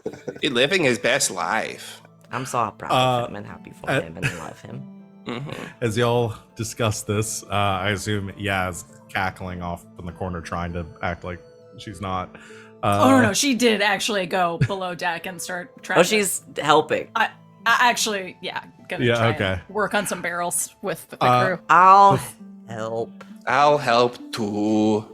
And while all that's happening, before we get into those scenes, let's go ahead and take our break here. And we'll come back and get to some of those. I know, right? See, to take a few minutes to plan your scene. Yeah. Yeah. All right. Yeah, we'll get into that. So thank you everyone out there for watching. We're going to take a real quick break here to refresh ourselves and see what's going to happen next. We invite you to do the same. Go stretch, drink some water. whatever Maybe you take do. a cold shower. Maybe that. And we'll see everyone back here in a few minutes. So stay tuned. Hello, Internet. I had my revenge against my players by making a really gross joke. And I'm delighted to be back now. I never get to squick y'all out. It's usually me going sitting here being... It was really such a mild joke too, like because It we was. like most of us have cats, and it was just like a joke about a hairball, but something about it. It was really good. I think it's because it came was from good. Val specifically. I think know. that's what it is because they said it, and normally they People don't sing say it, so it's like, oh shit, this is extra Yeah. powerful. It was horrible. I'm adorable. All right. Let's just get back into it. So y'all are all helping. I know Carter, you want to do a scene, or you want to check in with your... Sorry, your door is fucking I haunted. know, yeah. And by haunted, I cats. mean a cat just came in, but the squeak was so loud. So what I would like to know is, I guess, is there anything else anybody wants to do, or any other role play conversations that we need to have? Yeah, Before this is we get fixing to that. barrels, and then if I need to roll, I will. I think she'd like to start writing a response paper to the cryptography that was She's sent off to sexting. her. She's sexting. Oh my god. Oh my gosh. Yeah. So you are compiling a new collection that you'll give new to collection. Wolf when you Yes. return? Okay. Yes. Okay. All right. Don't know if I Can I wanna roll have to you see how difficult it is? Okay, sure, and yeah, how we can do that. hot it I was is? like, Yeah. I don't know if I need that, but if you want that, please go Yeah, ahead. she wants to make it really difficult. I was gonna say don't make it too hard, but I think that's the point of it. I'm just. well, I don't know. We don't. We don't know nope. what Wolf's We don't- situation is. We don't so- know what we don't. Yeah. I just marked him the beast. Oh my god, you trip 6 on I a. tried 6 on the stupidest shit. I'm gonna buy you some actual cursed die Yeah. that roll bad. So here's the thing. All right, here's the thing though. What does that bring it to? Like, Okay, way too so Yeah. 18 plus. Oh god. So my cunning is plus 7 with the focus, so that's a 25.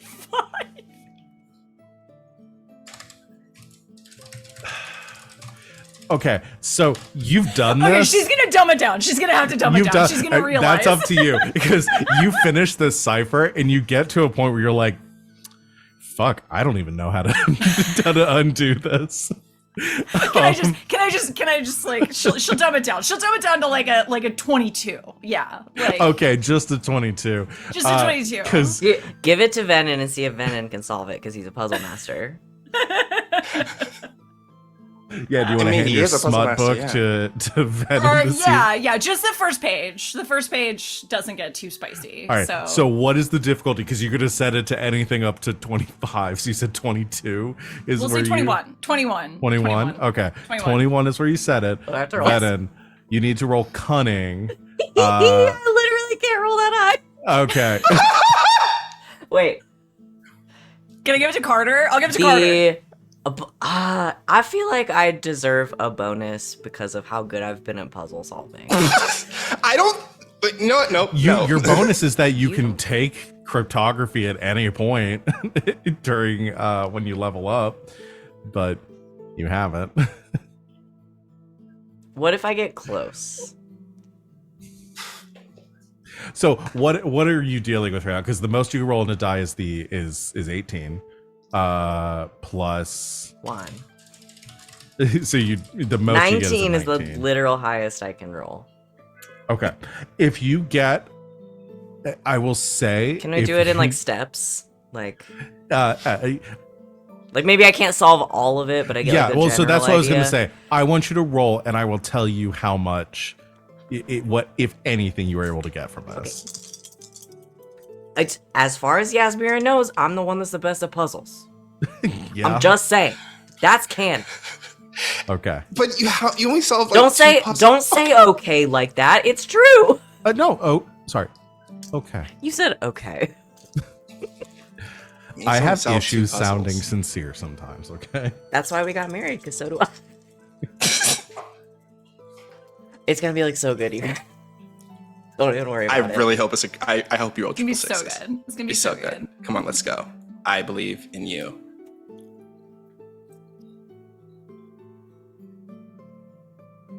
17. 17. That's a I rolled 17. 2 6s and a foot. Can I stunt on puzzle? I think I asked this Stun on before. smut puzzle? I think I, think asked this that before, is- and I I'm think that pretty sure counts you as said no. I think that's yeah. No, I mean this is an exploration. Oh, that's 6 stunt points, baby. Okay. So, On smut. Is this On exploration smut. or Roll for role smut? playing? it's not role playing. It's Okay, definitely so not role playing. I'm exploration. pretty sure it's exploration. Okay. Depends on the context. Well, of I the don't think any of the role playing stunt would apply here. Well, one of them's called flirt. Well, okay, you're gonna flirt with the paper. What was a flirt with Yasmera? But I don't have to use a stunt to do that. I'll just do that on my own. Yeah. Okay. I've got 6. I'm not consuming resources. Okay. So here, Venehn, looking at it, probably knows I'm only gonna get part of this. But I want to spend 2 points to do speedy search. Okay. So it takes half the time.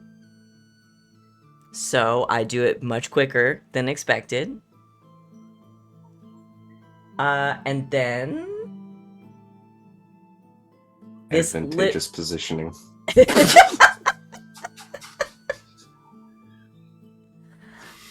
night, everybody. I solved this puzzle, but from the crow's nest. And then I'm gonna do with a flourish, which doesn't mean anything because we're not doing any opposed test, but it is impressive to those who are watching me. And so I solve some of your puzzle very quickly, and actually you're pretty impressed with me. So with a flirt, like I've successfully made another scene about me. you take the paper and you look it over and you like immediately like numbers equations Like the GIF floating above your head. Yeah, as you're looking it over and perusing it and very quickly examining the piece of paper and just returning it to Yaz. You have deciphered one word from the page and it is titties. And I just look her directly in the face, which I so rarely do. I know what you're up to. Okay. That's a hard puzzle. I know. That's the idea. So how smart do you think? Wolf. It's going to Wolf, right?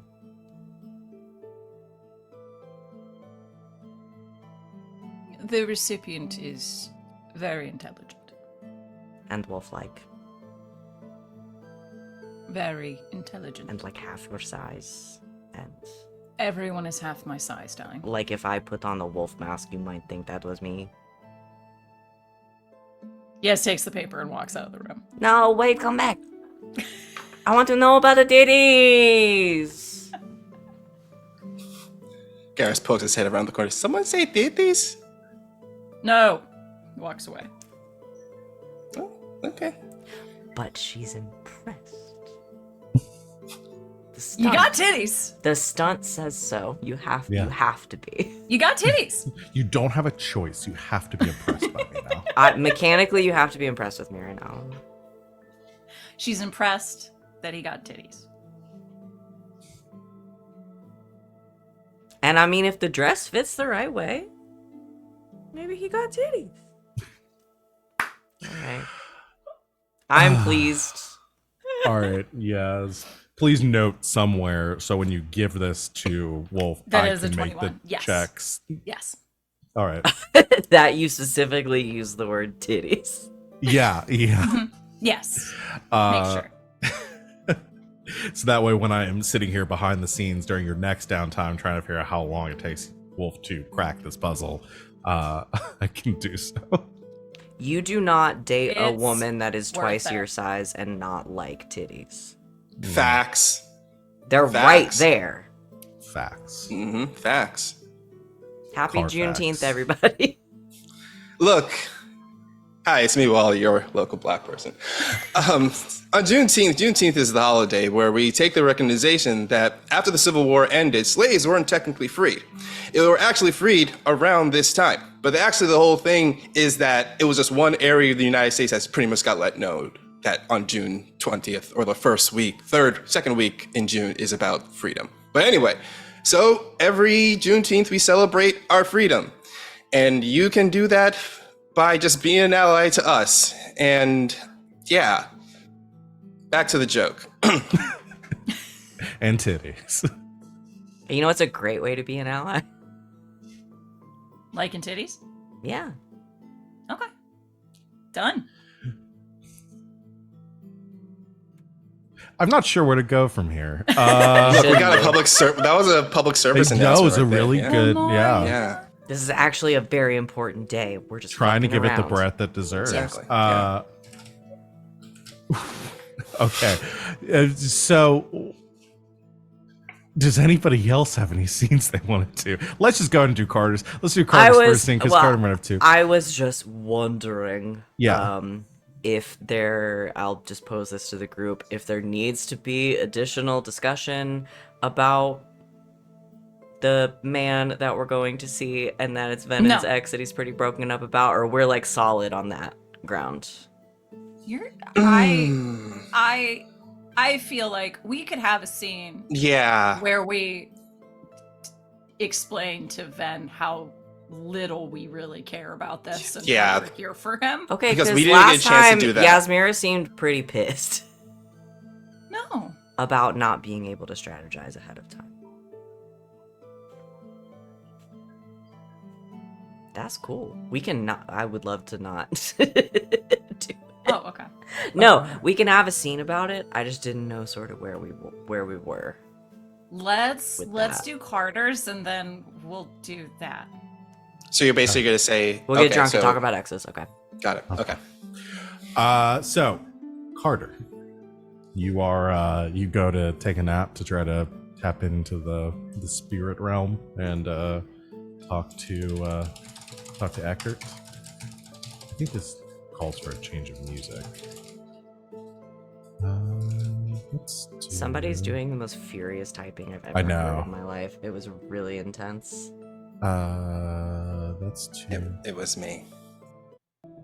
I know. I just didn't want to just say it. It felt mean. So, Carter, you lay down in your hammock, taking some time, deep breaths, trying to center this weird combination of emotions you're experiencing, and also resting enough to like regain your magical stores, and you eventually drift off into a calm sleep, taking a nap. What is Carter dreaming about? So I imagine, we talked once about Carter and Eckert having like homes, a home, and I imagine like the nature of the Fade, that it's not consistently one design. So I think this time it's something a little more urban, a nice apartment, perhaps in Valroyo.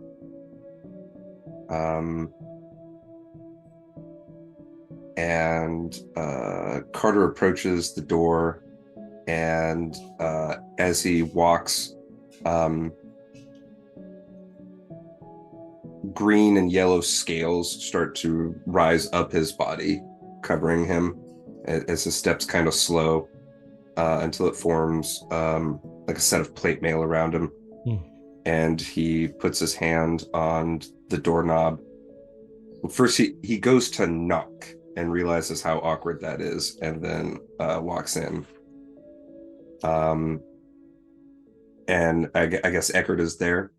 Yeah. So you're walking into this apartment. Do you think that some of the reason, like the nature of the apartment, sort of, and like the space, sort of reflects Carter's like mindset at the time, that like maybe this congested, kind of more like urban environment is maybe, Yeah, I can see it being like cluttered and kind of confused, a lot going on. So you walk in and or kind of stomp in with your armor currently on, and you see kind of a very kind of picturesque scene of this fairly spacious Valrio like upper floor apartment in the city. A a dining table with a large rug underneath it, kind of a small little like sitting area, and a balcony leading out from it to the thoroughfare that leads from the Sun Gates. And you can hear the bustle of the crowd underneath, and some like muffled, like very muted, like conversation you can't make out pieces of, but just sounds like conversation happening in the roads. People barking and their wares and trying to and just the normal bustle of city life. And you can see Eckert in just kind of simple sort of like daily attire, sitting at a chair at the balcony, looking out over the city. And you walk in, and I think immediately hearing the door and hearing the like thump, thump, thump of your armored feet, Eckert turns, kind of looks at you a bit perplexed, says, Carter, everything all right? Well, we fought a dragon. It was pretty wild. He stands up and moves over to you, kind of looking at the armor. Is this Eckert's armor that you're wearing?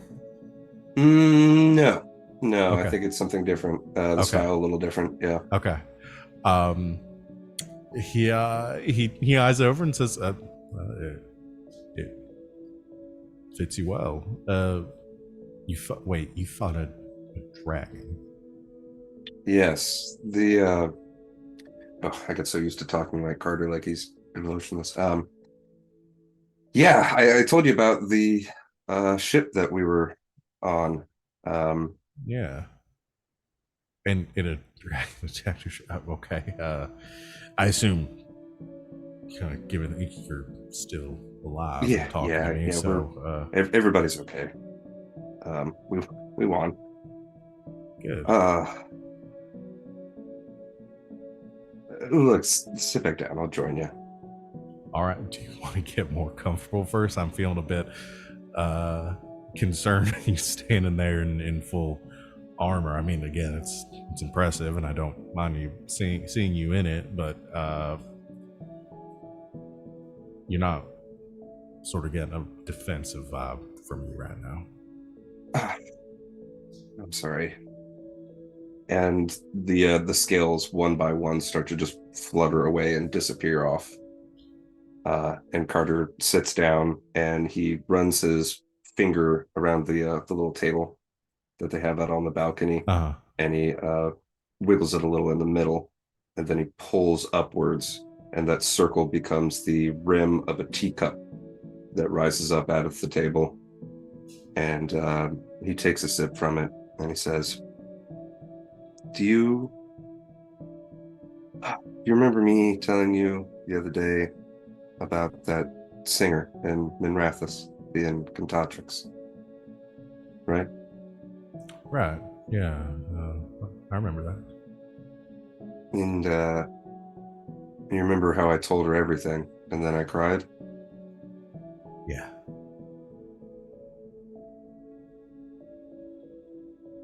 I think I really needed that. And I mean, ever since I met our friends, things have been coming back to me, but they're starting to come back. They're still coming back.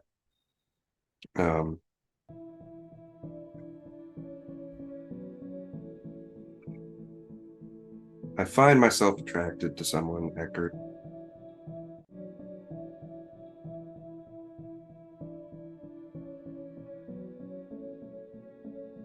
I don't know how else to say it, or what even I should say. I mean, it feels incredible, and it feels overwhelming, and it feels like cheating, and it feels like you're dead, and I don't know what to do. I'm still just the lost kid at the tower, Eckert.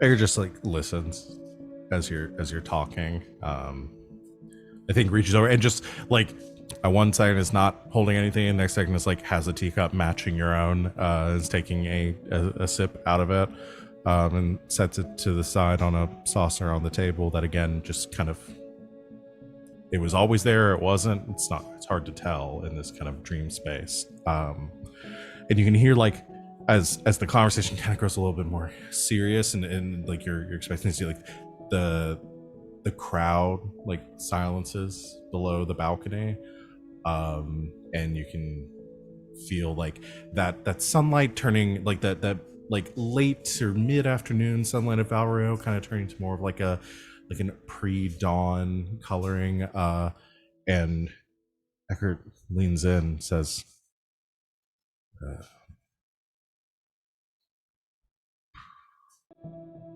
well, Carter, yeah, I kind of understand what you're going through, obviously, a bit from talking about it and sharing this time together, but I can't say that I understand entirely everything you're grappling with. But if you're coming to me for permission or validation on those feelings,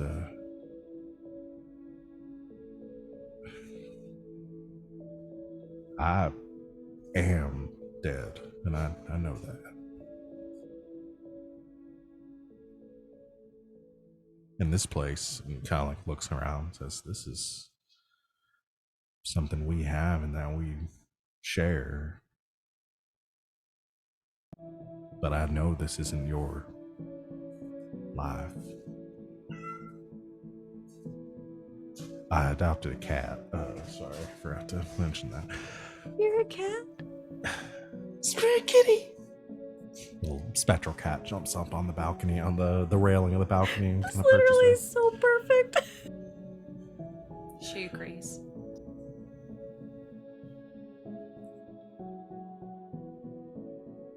If you're asking if it's going to hurt my feelings if you move on with your life and experience happiness, no.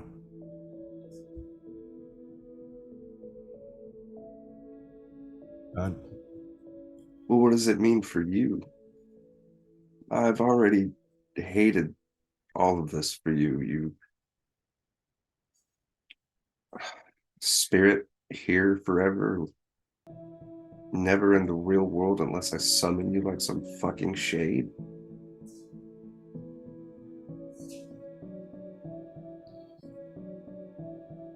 I don't know. It's been a while since we've talked about this, but I know, I don't know even if I am the real Eckert or not. I feel like I am. I have those same memories, and Well, if my feelings are valid, then why the fuck aren't yours?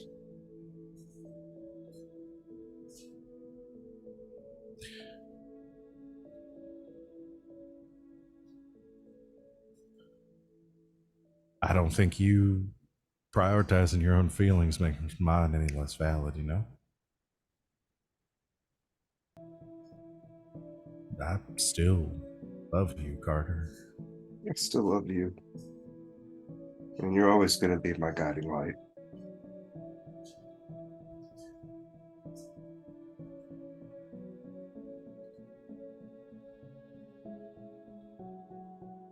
Your goal has always been for this place and where we are and the world out there to be the same Carter in both places. And to my hope for you is to undo whatever it is they tried to do to you that changed you. Whether I'm here because I have a purpose to fulfill in making that happen, or because of the connection that we share.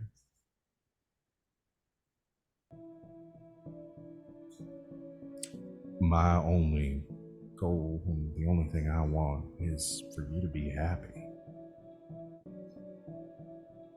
I had my chance and I'm not going to get another go around, you know?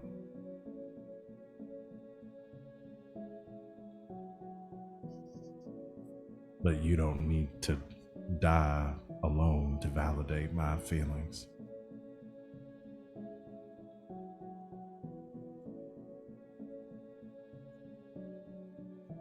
You were my first friend. You always have been. I didn't come here for permission, love. I came here for advice, because you've always been able to give it.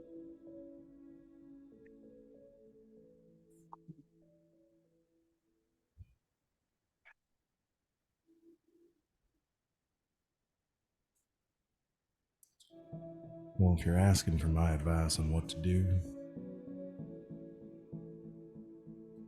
it's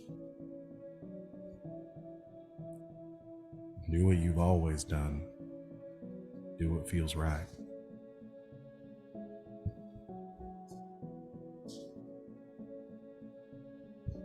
Screw this. And he takes Eckert's hand and he leans across the table, grabs him by the side of the face and kisses him, and wakes up.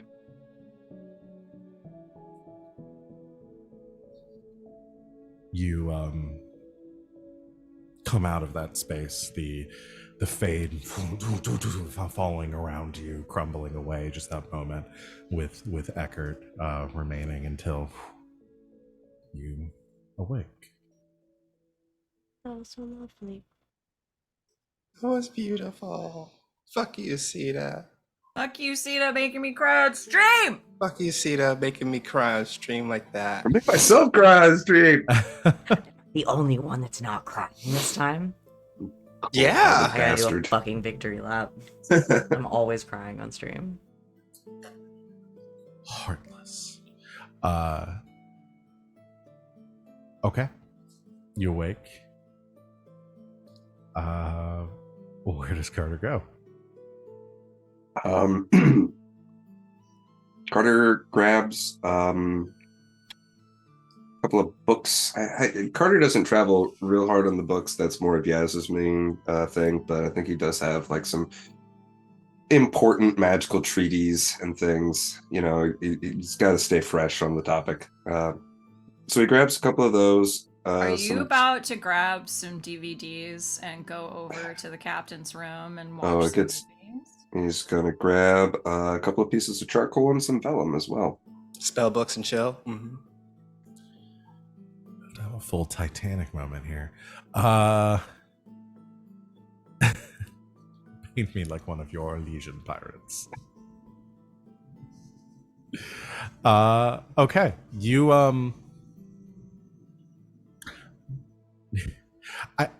I was debating whether we should do like there was a conversation, but I don't really know. Again, talking about magic and stuff, I don't. Do you want to do a scene? Do you want to talk to the captain a little bit, or do you just want to like? No, we can go straight to the bit. Okay.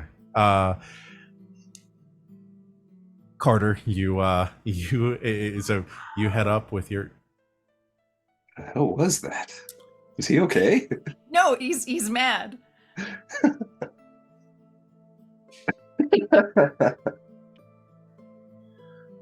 It sounded like there was a coyote.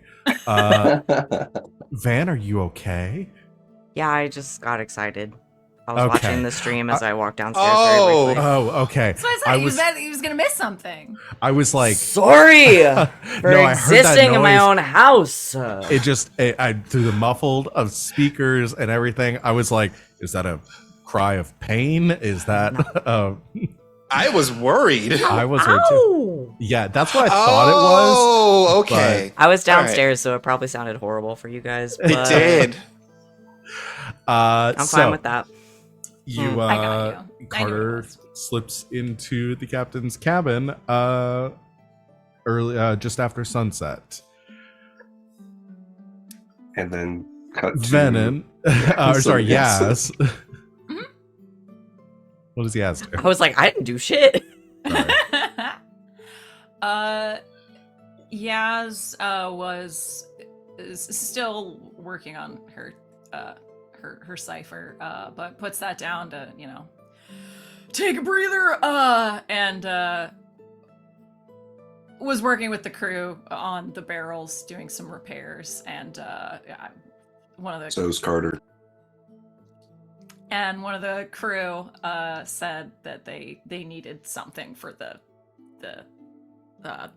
coopering, the recoopering, and that the captain might have it. Uh-huh. So yeah, she So goes over to captain's quarters. you head up to the captain's quarters and knock on the door. Excuse me, Captain. They needed some sort of tool. I think you can hear barrels. Carter and the captain speaking, but maybe Yeah. they can't hear you. It's like,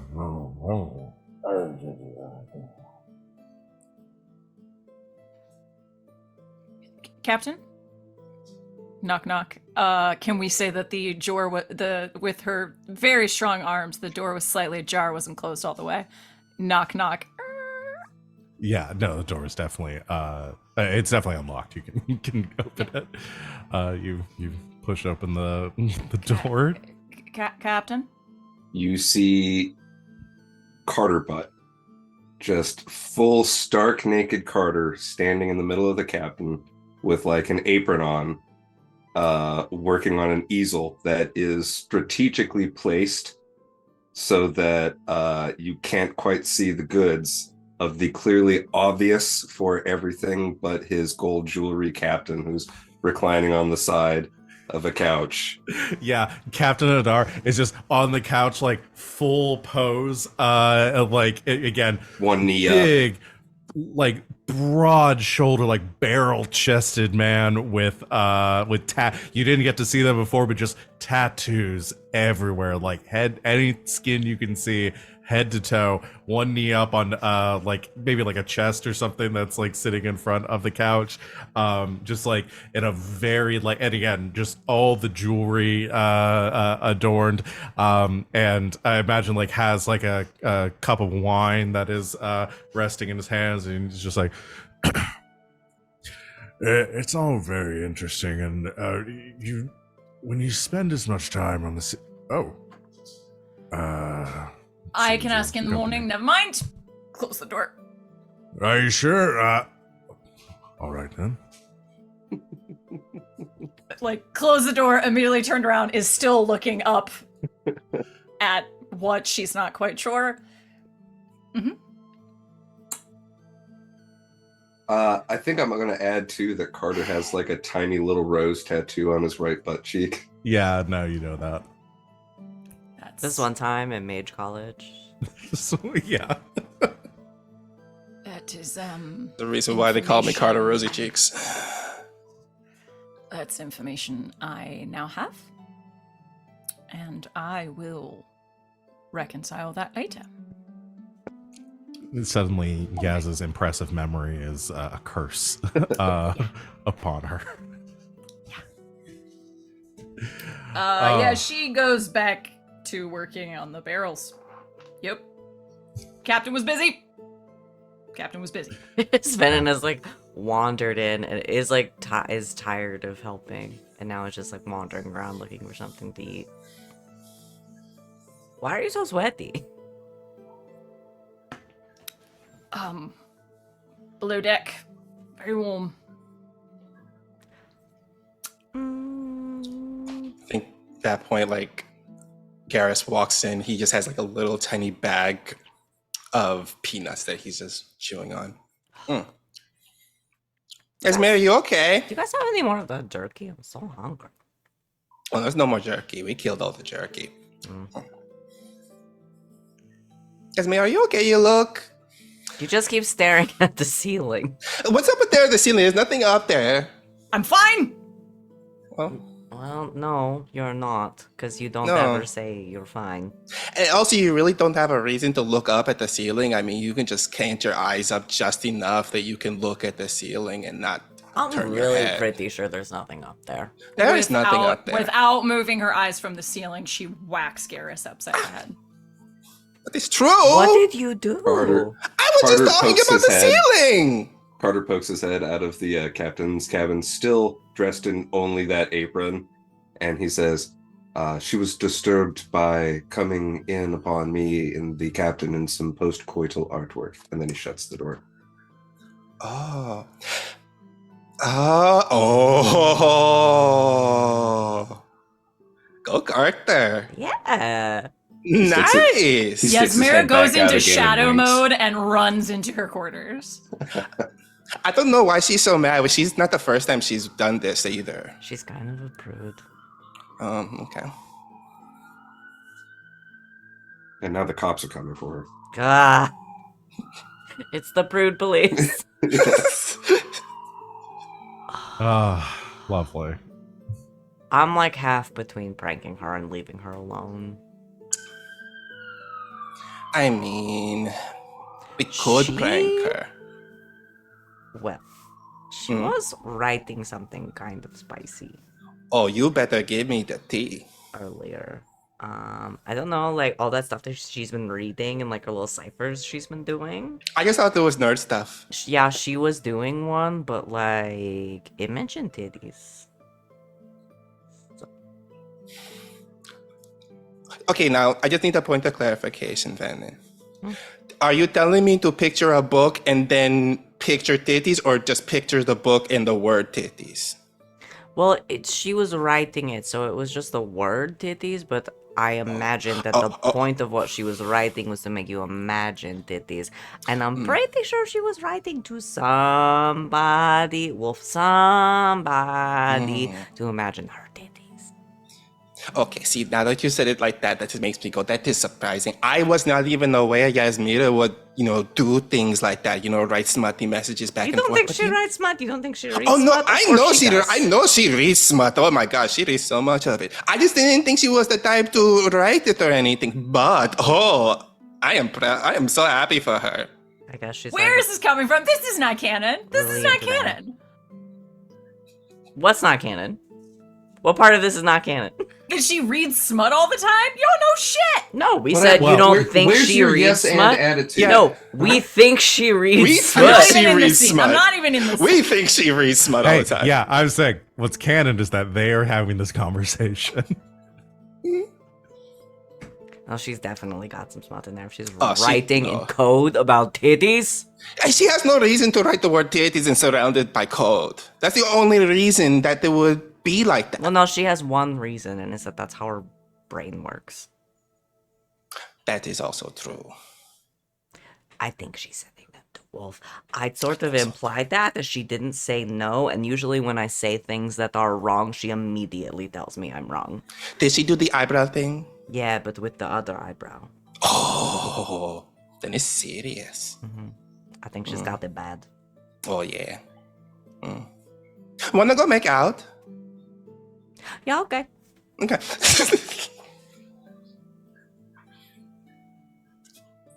Finally, a real Dragon Age game. This is, yeah. Killing dragons and sex. Yeah, that's pretty much. So I'm gonna move us along. We're best friends. We make out sometimes. I know you gotta say you don't want to get rusty. You the evening passes. You are the repairs are made to the ship. You continue your journey south along the coast with Oh, right, the plot. this isn't just a game about us bullshitting on a ship for an entire session. I will move things eventually. You cross the Colian Sea and eventually reach the Lautenfluss, the river that flows to Hosberg.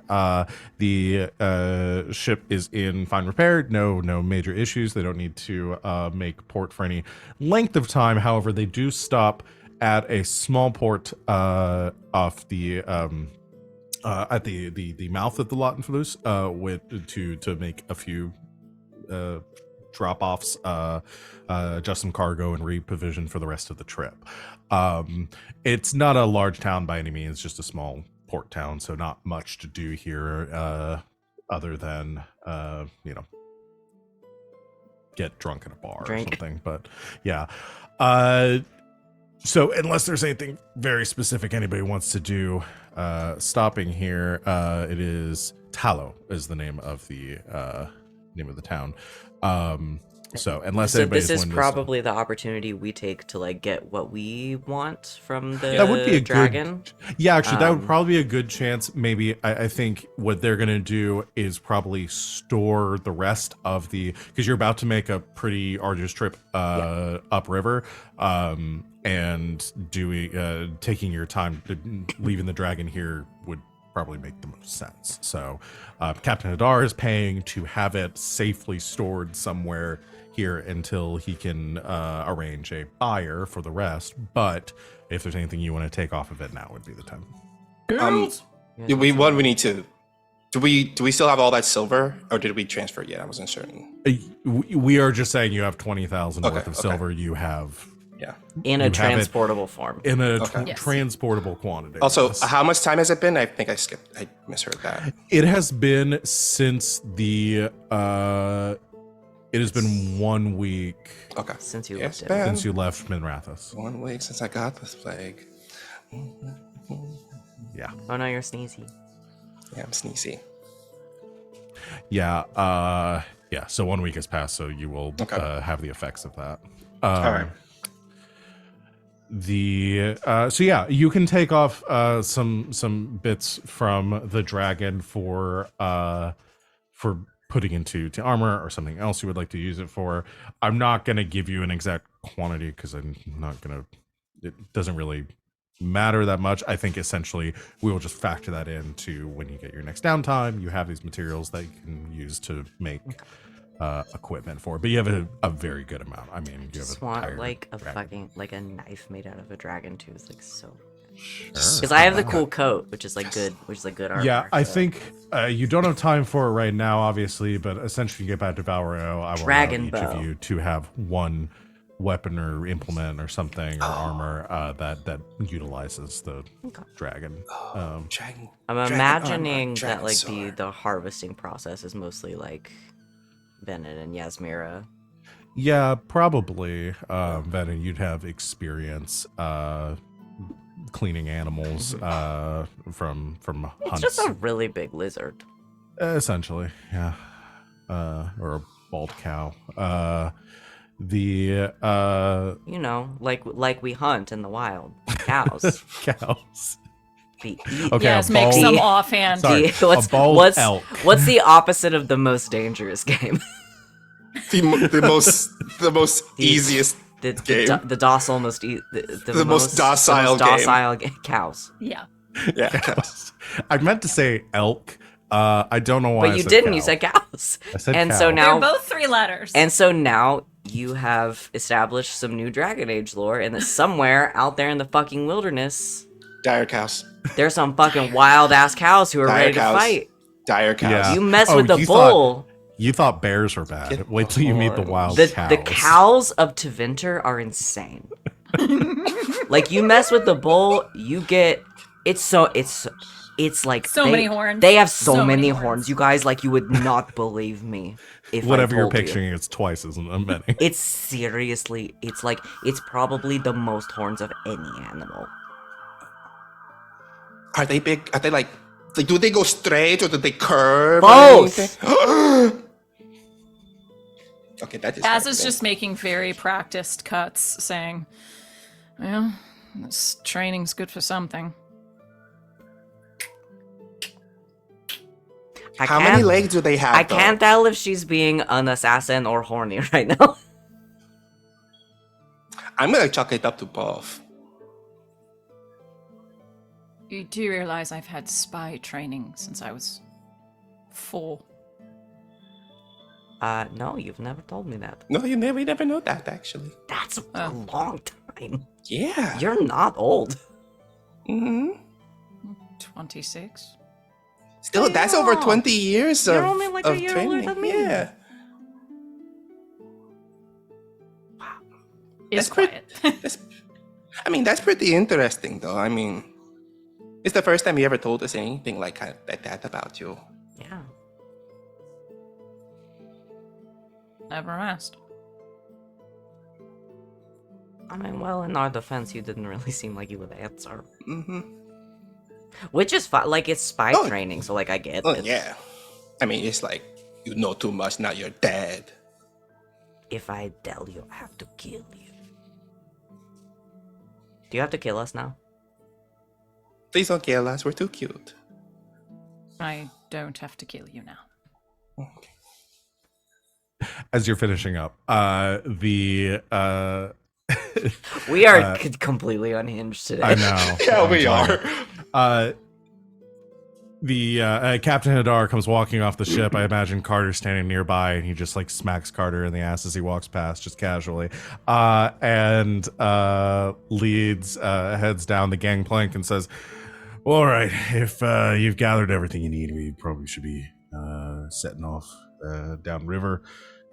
A bit of a trek heading that way, and we should probably make good before things get worse than they already are. Given the time of year, we're probably going to experience some ice along the way. We might have to make a few stops in order to break that up, but hopefully it won't hinder our travel too much." Thought we could really use the dragon right about then, huh?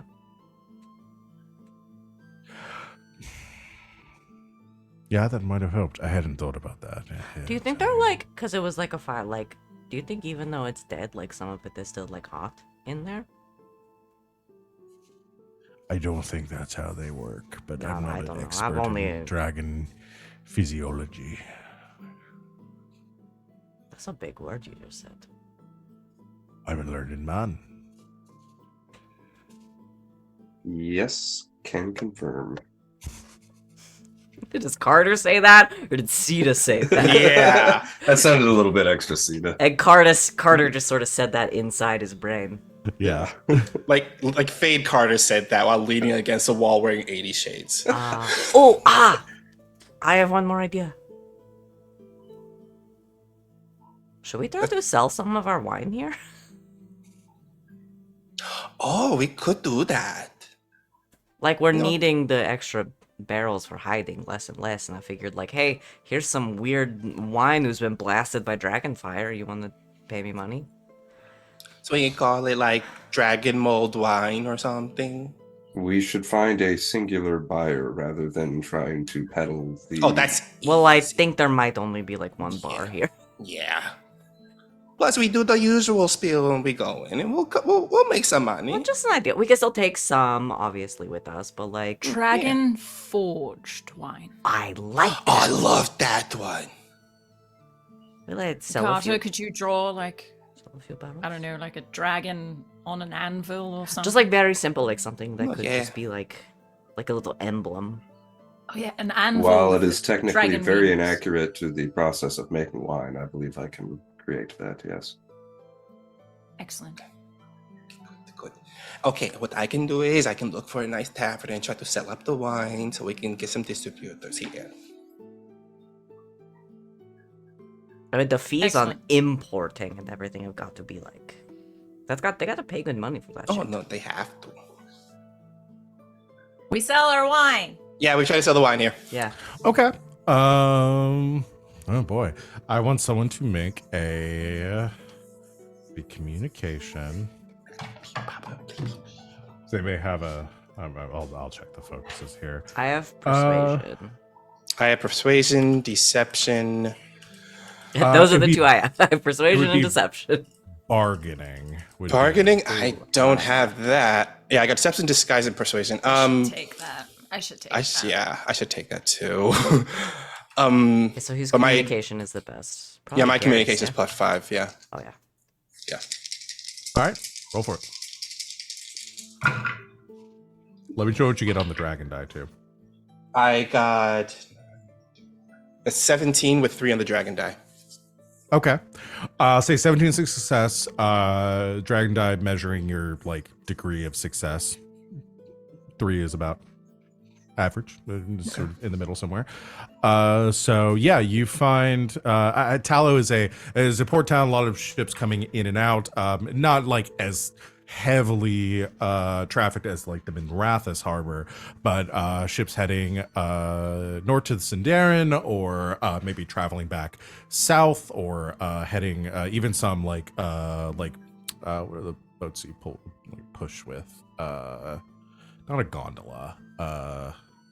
Dinghy? No. Gondola's all I had. Yeah.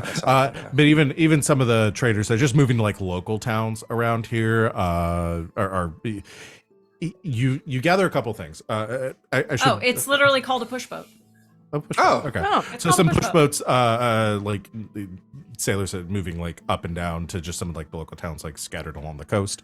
There's some people who sell. One thing you do notice, as far as like, you know, if you want to back out and not sell anything right now that might affect it, this town is actually pretty, I guess you can sense some tension amongst the people here. In Tallow, you see it's pretty heavily like there are a lot of people here, and not necessarily people working. There's some like tents set up, people packed in inns, other people you can see like sleeping in like stables and stuff. Looks like a lot of maybe like refugees from nearby towns that have moved here. And you gather there's a lot of tension, and there's almost like a militia that is formed here. That is probably like, as you're picking up some clues, you're seeing kind of the front lines of the blight right now. Tallow being a sort of a trade port near the coast, Darkspawn haven't come here this far to the east, and wouldn't probably focus on or attack a town, a city this small. So they haven't felt themselves right in the warpath. But as you're picking up and kind of conversing with people just through, you know, your bargaining, you see the people here have hit some hard times with the blight cutting off a lot of trade routes. Even the route taking the Latin Flus down to like Castle and Hosberg there aren't too many people making that trek these days. So you could sell the wine here. You're probably not going to get as good of a price as you would elsewhere, but I'd say there's some merchants here that are willing to buy the so you have probably about 13 casks on hand right now. At I'd say 50 silver a cask. Okay.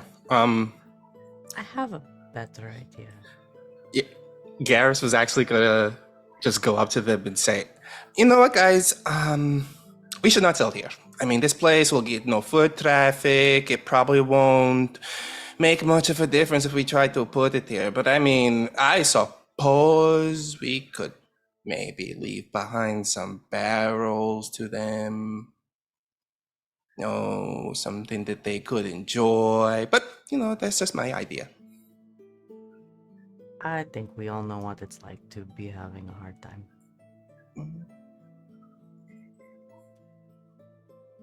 Do you We think have gained very much and given back very little. that's not? We hired several people. Maybe we'll leave some behind.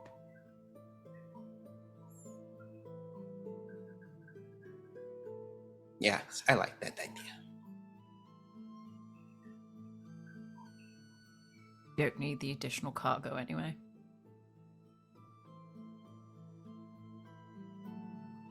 How many barrels do you leave? How many do we have? 6? We have, said- yeah. 13. You have about 13 wine barrels. Okay. Six. Six barrels, yeah. We'll go to one of the local bars and just like buy just like shitty mugs that they have been like meaning to get rid of, but Mm-hmm. so let's give you a few silver for them. Yeah. Yeah, you stop by one of those. So you go to one of these bars to drop off the barrels and stuff too. And start passing out wine to the people that have to Mhm. sleep in stables. Yeah. No, I mean, I go to one of these bars and I'm like, hey, do you like some shitty mugs you want to get rid of? I'll give you like 10 silver. I need them for a project. It's for a book I'm writing. the innkeeper there says, "Oh, that's right, kindy. Of course, I'd be happy to keep. That's Just- too much for. No, just whatever you can spare here. You know what? Oh. Here's 15. Sir, that's very kind of you. I do appreciate it. And takes the coin from you and says, "I have some nicer mugs here that I can. Some of them that are a bit cleaner and haven't seen as much wear." Tell you what, keep your good ones and use that and buy some like fancy shit. You know, like the ones you like some fun shit, or from like some local artists that are making them. Of course, I thank you very much. It is really very well appreciated. I promise you that. If there's anything you need while you're in town, would you like a drink before you go? Sure. We Sure, don't yeah. have anything very nice here, but we do have some brown ale that is very popular amongst our locals. Here, I'll get you a flag and you can take it with you. Oh, that sounds great. And pours you some and gives you and takes the coin. You can see like this place is pretty packed, just people like getting out of the heat or getting out of the cold and just getting into the warmth of the fire. There's like a lot of people packed into this this tavern. I said 15. I left 50. It's before you even leave, like they haven't even like counted it before you leave, and they just like, because you left the like coin purse on the counter, and they've given you your cup, and as you're leaving you can see that they like say, I think you left more than you meant, as you're walking out the Keep door. the change. And you can see some people with, like looking up at you and giving some warm smiles in your direction as you're leaving, and the barkeep immediately begins to like pass out some drinks to the people in the tavern free of charge for the compensation they've just gotten. And yeah, I mean, you see a lot of people here that are dealing with things the best they can. And yeah, you drop off the wine barrels, you give them to probably avoiding some, like, you get a kind of vibe from a couple of the merchants that you're going to give it to. It's like, oh yes, I'd love to take these. I'll make sure everybody gets them, but you don't. You skip over and find a local. Yeah, I was gonna say some of us have been like deep in the deep in poverty and all that stuff. Like, no, I think we know who to go to. Like, find like the guy. I think there are probably a couple of areas, maybe some taverns, but a couple people that have set up, like, just have a little like tent set up that they've been like just like cooking like stew in and handing it out to people, and you wheel the barrels over there like for 6 full barrels of wine and immediately and a bunch of cups. They crack them open and start giving out cups of wine to people, and you like you hear some people saying like seeing the mark on the barrel. It's like, Red Jenny, I haven't heard of Red Jenny before. Begin like talking about the winery and enjoying the cups, just something, warmth in their bellies, probably something they haven't had for a while. And yeah, you do some nice things. Your karma points go up now. I think, and I would run this by the group first, but I think Venehn wants to leave like a note with like whoever like we left the wine with, like one of the like like the community, sort of like seems like a community leader or something, like just essentially being like, hey, you're far away from us, but like Red Jenny has friends in a lot of places, so Okay, if totally. you ever find I love yourself in our neck of the woods or needing help, like that's that's who you should ask for. Roger's got a kind of similar idea too. He wants to get the names of as many of these people as possible. And at least tonight, he's going to blow through all of his mana, sending all of them dreams of hanging out at Red Jenny with the rest of them, like everybody there, hanging out, having a grand old time. Oh, I muted. Yeah, perfect. I love that. You'll do some good stuff here. The people of this town feeling a lot better for your presence, paying it forward. You pack up. You spend the night here as before casting off the next day. Gather up your dragon parts. The dragon is stored. Everything is looking good for your voyage to set off, and you do. In the last leg of your journey down the Lottfluss towards Hosberg.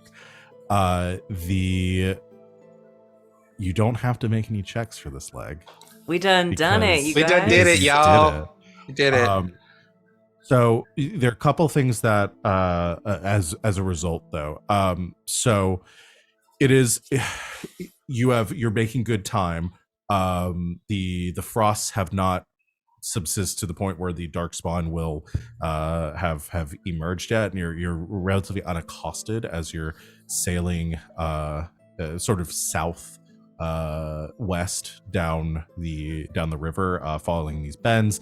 They are at half the sails are at half mast during like the entire voyage to avoid running afoul of any shoals. You can see the captain Hadar is keeping a very close eye on any of the as they're navigating. I think he actually stays at the helm for most of this part of the voyage. They offloaded a lot of their cargo, so the ship's riding a bit higher to avoid bottoming out on any of the shallower parts of the river. But there's still a lot of ice in the river at this point, and they are occasionally having to stop so the crew can get out and like break up some ice chunks with pikes as they're heading up the river.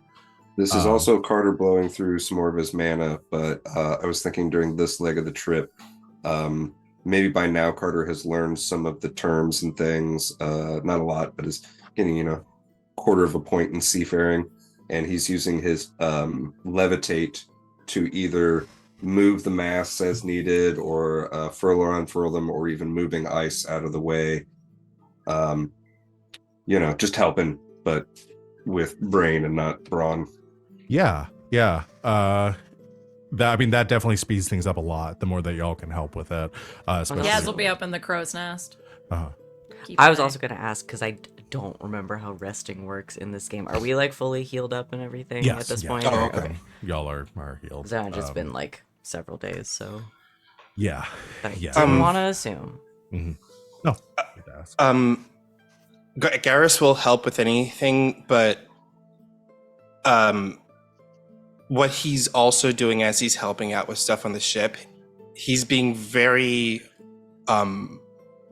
he's trying to be very careful not to show that every now and then he will stop what he's doing, like he's he's either gasping, like he's short of breath, or usually where you see him able to grip a rope just fine, but like his reflexes are a little bit off and his grip on the ropes are a little bit more loose. Mhm. Yeah, I think it's pretty evident that Garas is starting to feel some of the effects of his illness. Not enough to fully take him out of commission, but I think it's noticeable to especially those of you that have been traveling with him for a long time. The closer we get to Hosberg, and also the sicker Garas gets, Venehn's stress level is just like it's just cranking up. Yaz is like going full nurse mode, like every morning when Garas wakes up, like taking temperature. And Yeah, on Venen's end, like because I think he talks when he's stressed. Anybody who will listen, he's just like, "Oh, hey, have you heard about this one thing I know?" Like, I'm not manic, you're manic.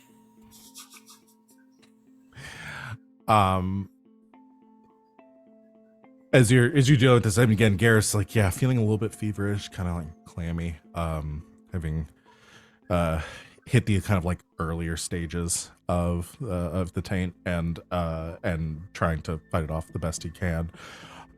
It's a few days into your navigating the river, and I'd say it's like early morning. You come up above deck to a pretty quiet day. Again, it's like you can definitely tell there is a bit of like tension amongst the crew because this is the heart of Darkspawn activity right now. This area as you are traveling further down the Launflus, and there's kind of all eyes keeping a watch on the horizon. There's snowbanks and hillsides. I mean, you don't have the best view from the river as there are some hills kind of leading up from it, and it's kind of it's difficult to keep much of an eye on the surrounding horizon, but or the surrounding fields. But you definitely can tell as you are getting further inland, there's just less people around here. Occasionally you'll see a small village with some smoke coming up from it, from presumably some chimneys or something, but you pass a couple of villages along the embankment that are completely abandoned. You can see signs of like burned down buildings, a bit of destruction, some inns that have like crumbled in on themselves, stables that are abandoned, and you can see some of the ruin that has been brought from the blight, something that I don't think any of you have really experienced up until this point, because you've been in Orlais and then even traveling along the Imperial Highway. These are pretty well trafficked areas that are really well patrolled, but out here there's no one to keep the people of these villages safe, and many of them have abandoned their homes and their livelihoods for the sake of their safety. I want to say that while they didn't get too close to like main civilization, like Venehn's probably seen something like this before, like Yeah, coming across what's left of a village and being like, oh, well, I get it. yeah. It's the Darkspawn never entirely disappear, even when there isn't a blight. There are small outbreaks of Darkspawn that will come up, and you've probably seen through your time traveling with the Dalish clans that the ruins that they leave in their wake and the destruction that follows. And usually it's small towns here and there, but this is pretty frequent, and you're seeing just town after town abandoned until this morning when you awake and head above deck, all of you kind of stirring around the same time. You come above deck and you see most of the crew is actually already up and is staring out over the railing, some of them just like resting, who aren't necessarily on duty right now, but looking out at a city that you are sailing past as you pass Castle. And you see utter devastation here. You see a city that fell, a city that was besieged. Not Castle isn't necessarily a city that was heavily fortified, not to the sense of like Orlais or Minrathis, but is a fairly large settlement. And you just see some like carrion crows and maybe some like wild dogs moving amongst the city streets. Flocks of these dark-winged birds taking a lighting off of the buildings as the ship sails by and soaring off into the early morning light. But that same destruction on a pretty immense scale here. You can even make out amongst the ruins, you see a tattered banner fluttering in the breeze, a blue banner with silver griffins upon it that was likely abandoned in the aftermath of a battle that occurred here. You're not too far from Hosberg, so likely this was a site of a battle amongst the wardens, between the wardens and the Darkspawn. It's unclear which side won, but you would gather that it likely did not turn out in the warden's favor. There are bodies that you can make out, small shapes on the city streets, though largely succumb to the elements and scavenging beasts as well. But it's very still, and almost out of either respect for the dead or apprehension, the crew is very quiet as you're sailing past. Carter.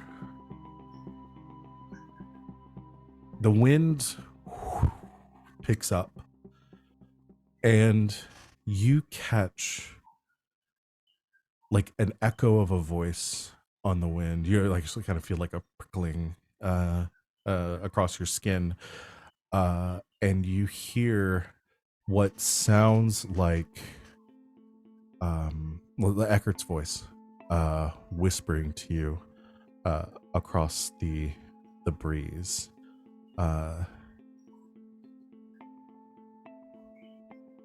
Carter.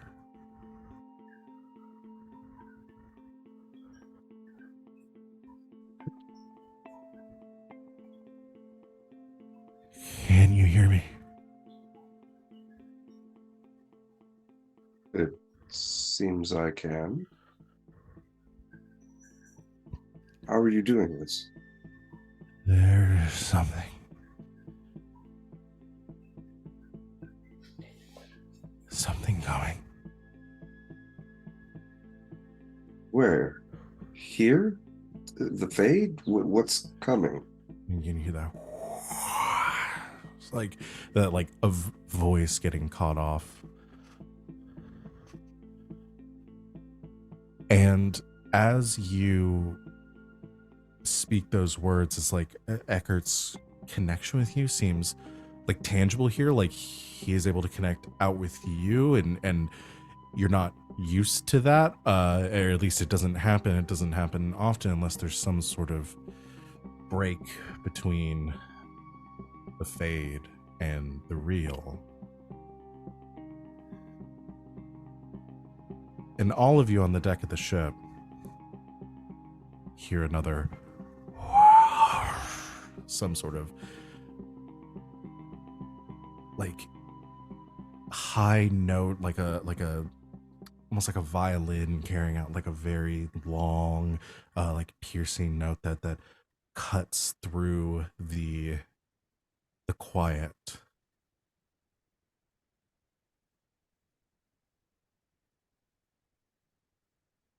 And the crew doesn't necessarily react to it. It's just the four of you that hear it and like make lock eyes with each other. Everybody else seems very focused on the city. Doesn't seem to react.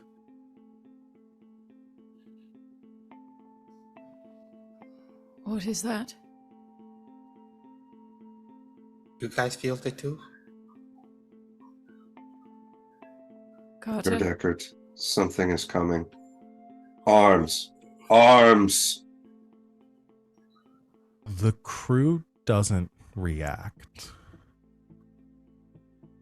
And you realize they don't react because they're not moving, and you realize the ship isn't moving. Budge. And you realize the wind has stopped. The banners over the city frozen, the birds in the sky still. As everything begins to shift, and this like ripple takes over, and it kind of moves around you like a wave through the air that carries in a circle around the ship. And all of you at the same time hear a voice as that ripple kind of cascades around and stops near the prow of the ship. And it settles there and almost kind of moves on its own and then solidifies into a silhouette. And you hear a voice, low and powerful, speak out to you.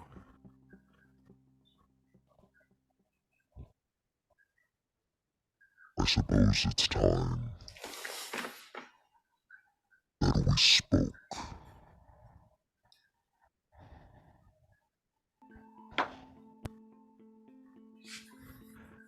Well. Fuck you! Holy Shit! And that's where we're going to end our session for tonight. Ah! Fudge! That was so scary. Oh my gosh. It's been a long time since we had voice mod on the channel. Yeah, I figured I should use my soundboard for. Oh, dang. That was cute.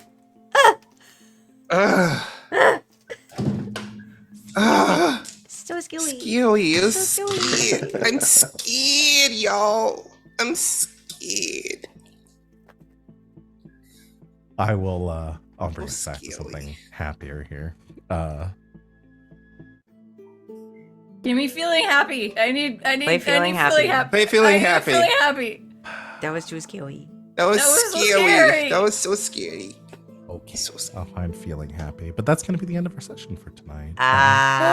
Ah. Listen, y'all. No. Did and it was No, scary. We I'm did. excited for this. I've been wanting to have a chat with this guy for a while. Scary. It's so scary.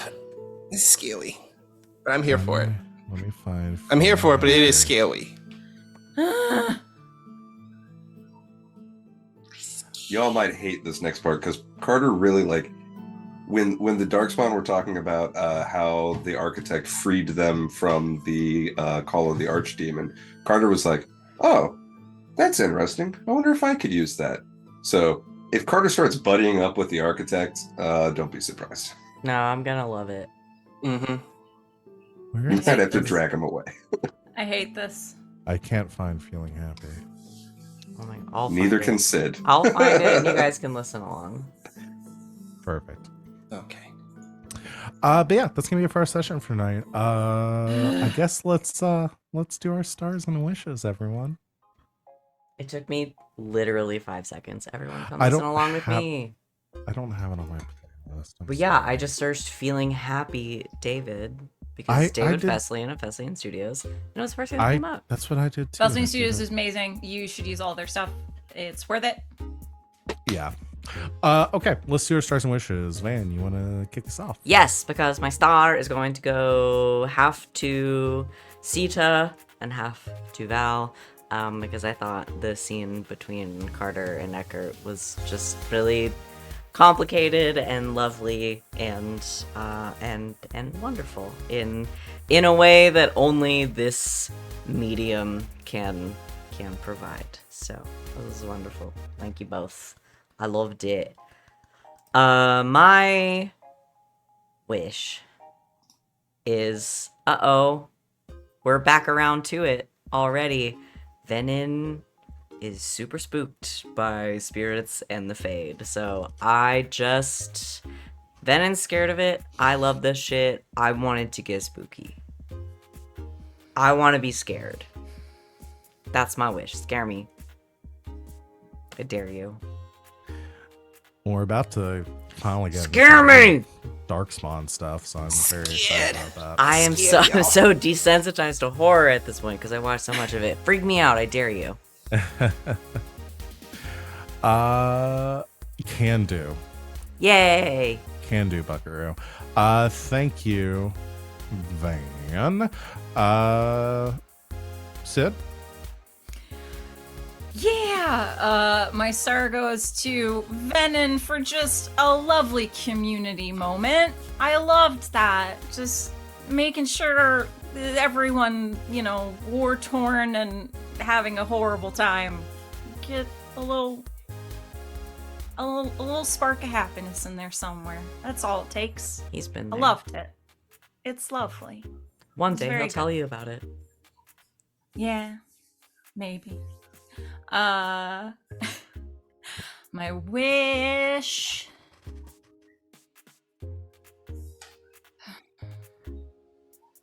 Yeah, I guess make it spooky. Don't sound Wait, so can sad I about can it. I add a little addendum to the Make It Spooky wish? Sure. No mimes. No mimes. No mimes. None. We did mimes. No you- mimes. You're really gonna put me in a box here. No mimes. Yeah, and you won't be able to get You out of just it, made even a though mime it's joke. fake. Not cool. Yeah, I can Okay, I don't think I can get mimes into this. No and have it make sense. Mimes. Okay, I can promise that. No mimes. Okay.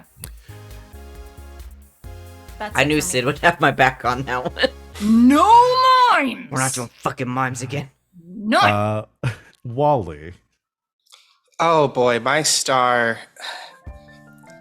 It's a half and half star. It goes to Yasmera and Venn, just for the whole Venn solving the puzzle and finding the word titties, and Yasmera just is just not no selling it, but is doing her best to not like prove Venn right.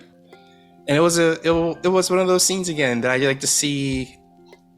More size of Yasmera. I like that. Perfect example. I can't believe I didn't say this part. The scene with them three on the deck, like them three outside when they're carving up the dragon, and when Yasmera said, "I've been a spy since I was 4 years old," and they turned around, it's like, "Oh, we didn't know that," and then she turned around and says, "You guys never asked." It was like that was a very kind of sobering moment of their friendship. Yeah. I liked it. That's me. My wish. Look, I'm desensitized to horror in general, so just hit me with the spookums. No mimes. No mimes though, like fuck mimes. But just hit me with the spookums. All right. I can do Sita, that. if you wish for mimes, because that seems like something you would do, Mhm. I will find you. I know where you live now. I will find you. Sita, only you can free me from my I'm prison by undercutting wishing your for joke mimes. now because of how much I hate mimes. I will end Fucking you. no. I will No. get on a plane right now. Little did I know All that right. mimes would turn All into right, such well, you're a gonna have hot to give me a button issue. second then. I gotta come up with something. No. I also have a bit of a split star. One, Val. I said I made myself cry. I didn't. You made me cry. That was awesome. A that genius. Yeah. I love it when we get serious together. It's fun. Me too. I'm still stuffy and like my cheeks are all puffy and shit. Like, go It was powder a my good face scene. after that. Was. And also, I guess it's really an everybody star day because I was also going to voice what Wally said. I really liked that little Yasmera moment where she's like, "You guys never asked," and I was like, "Yeah, we don't. We never.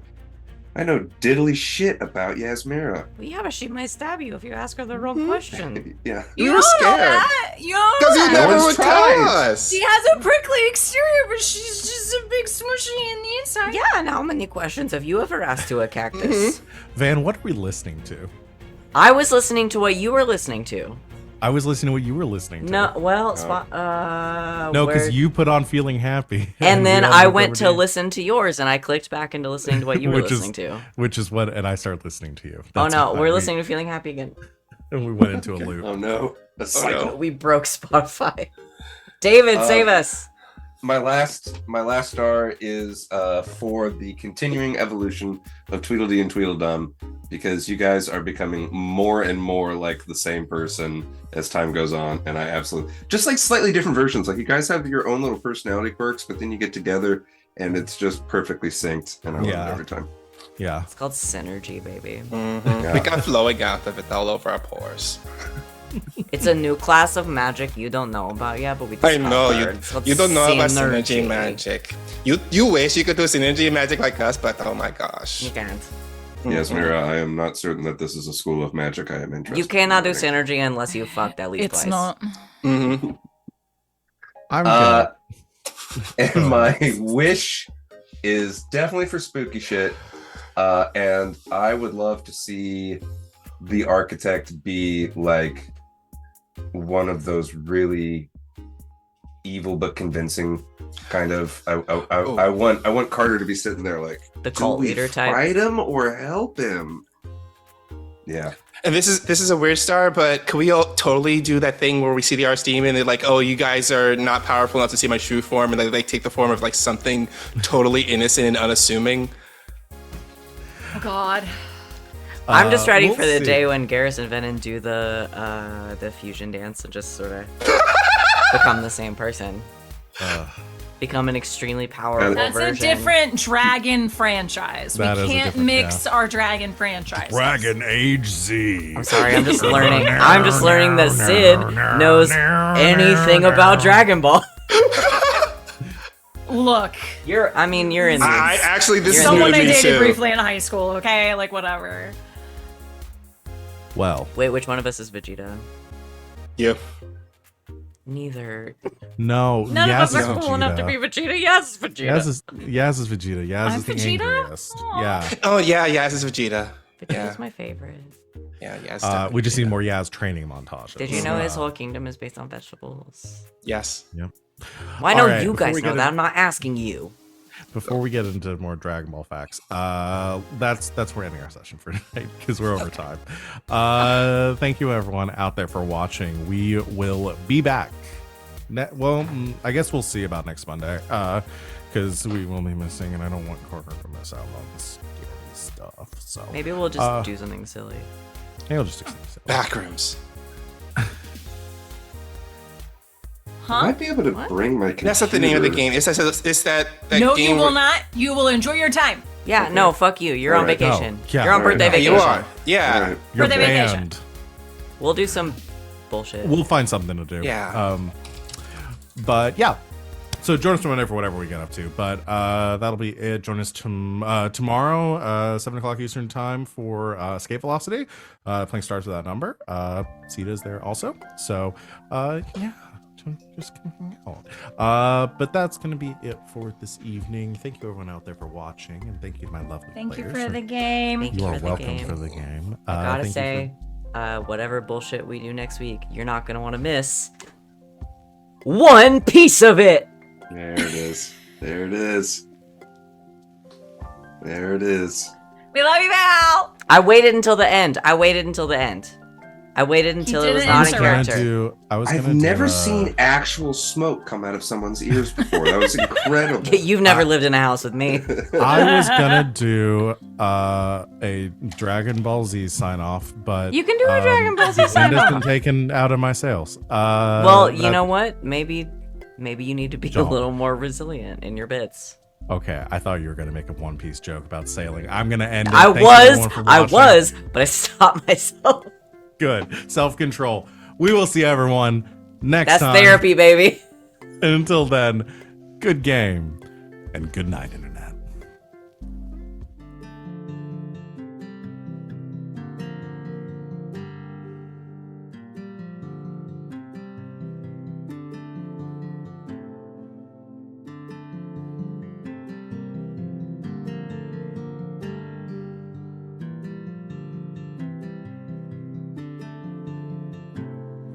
Par-delà le temps, la menace grandit. Si loin dans le silence, on entend ses cris. Par-delà les terres, son nom fait frémir. Préparez-vous, le néant arrive. Ah,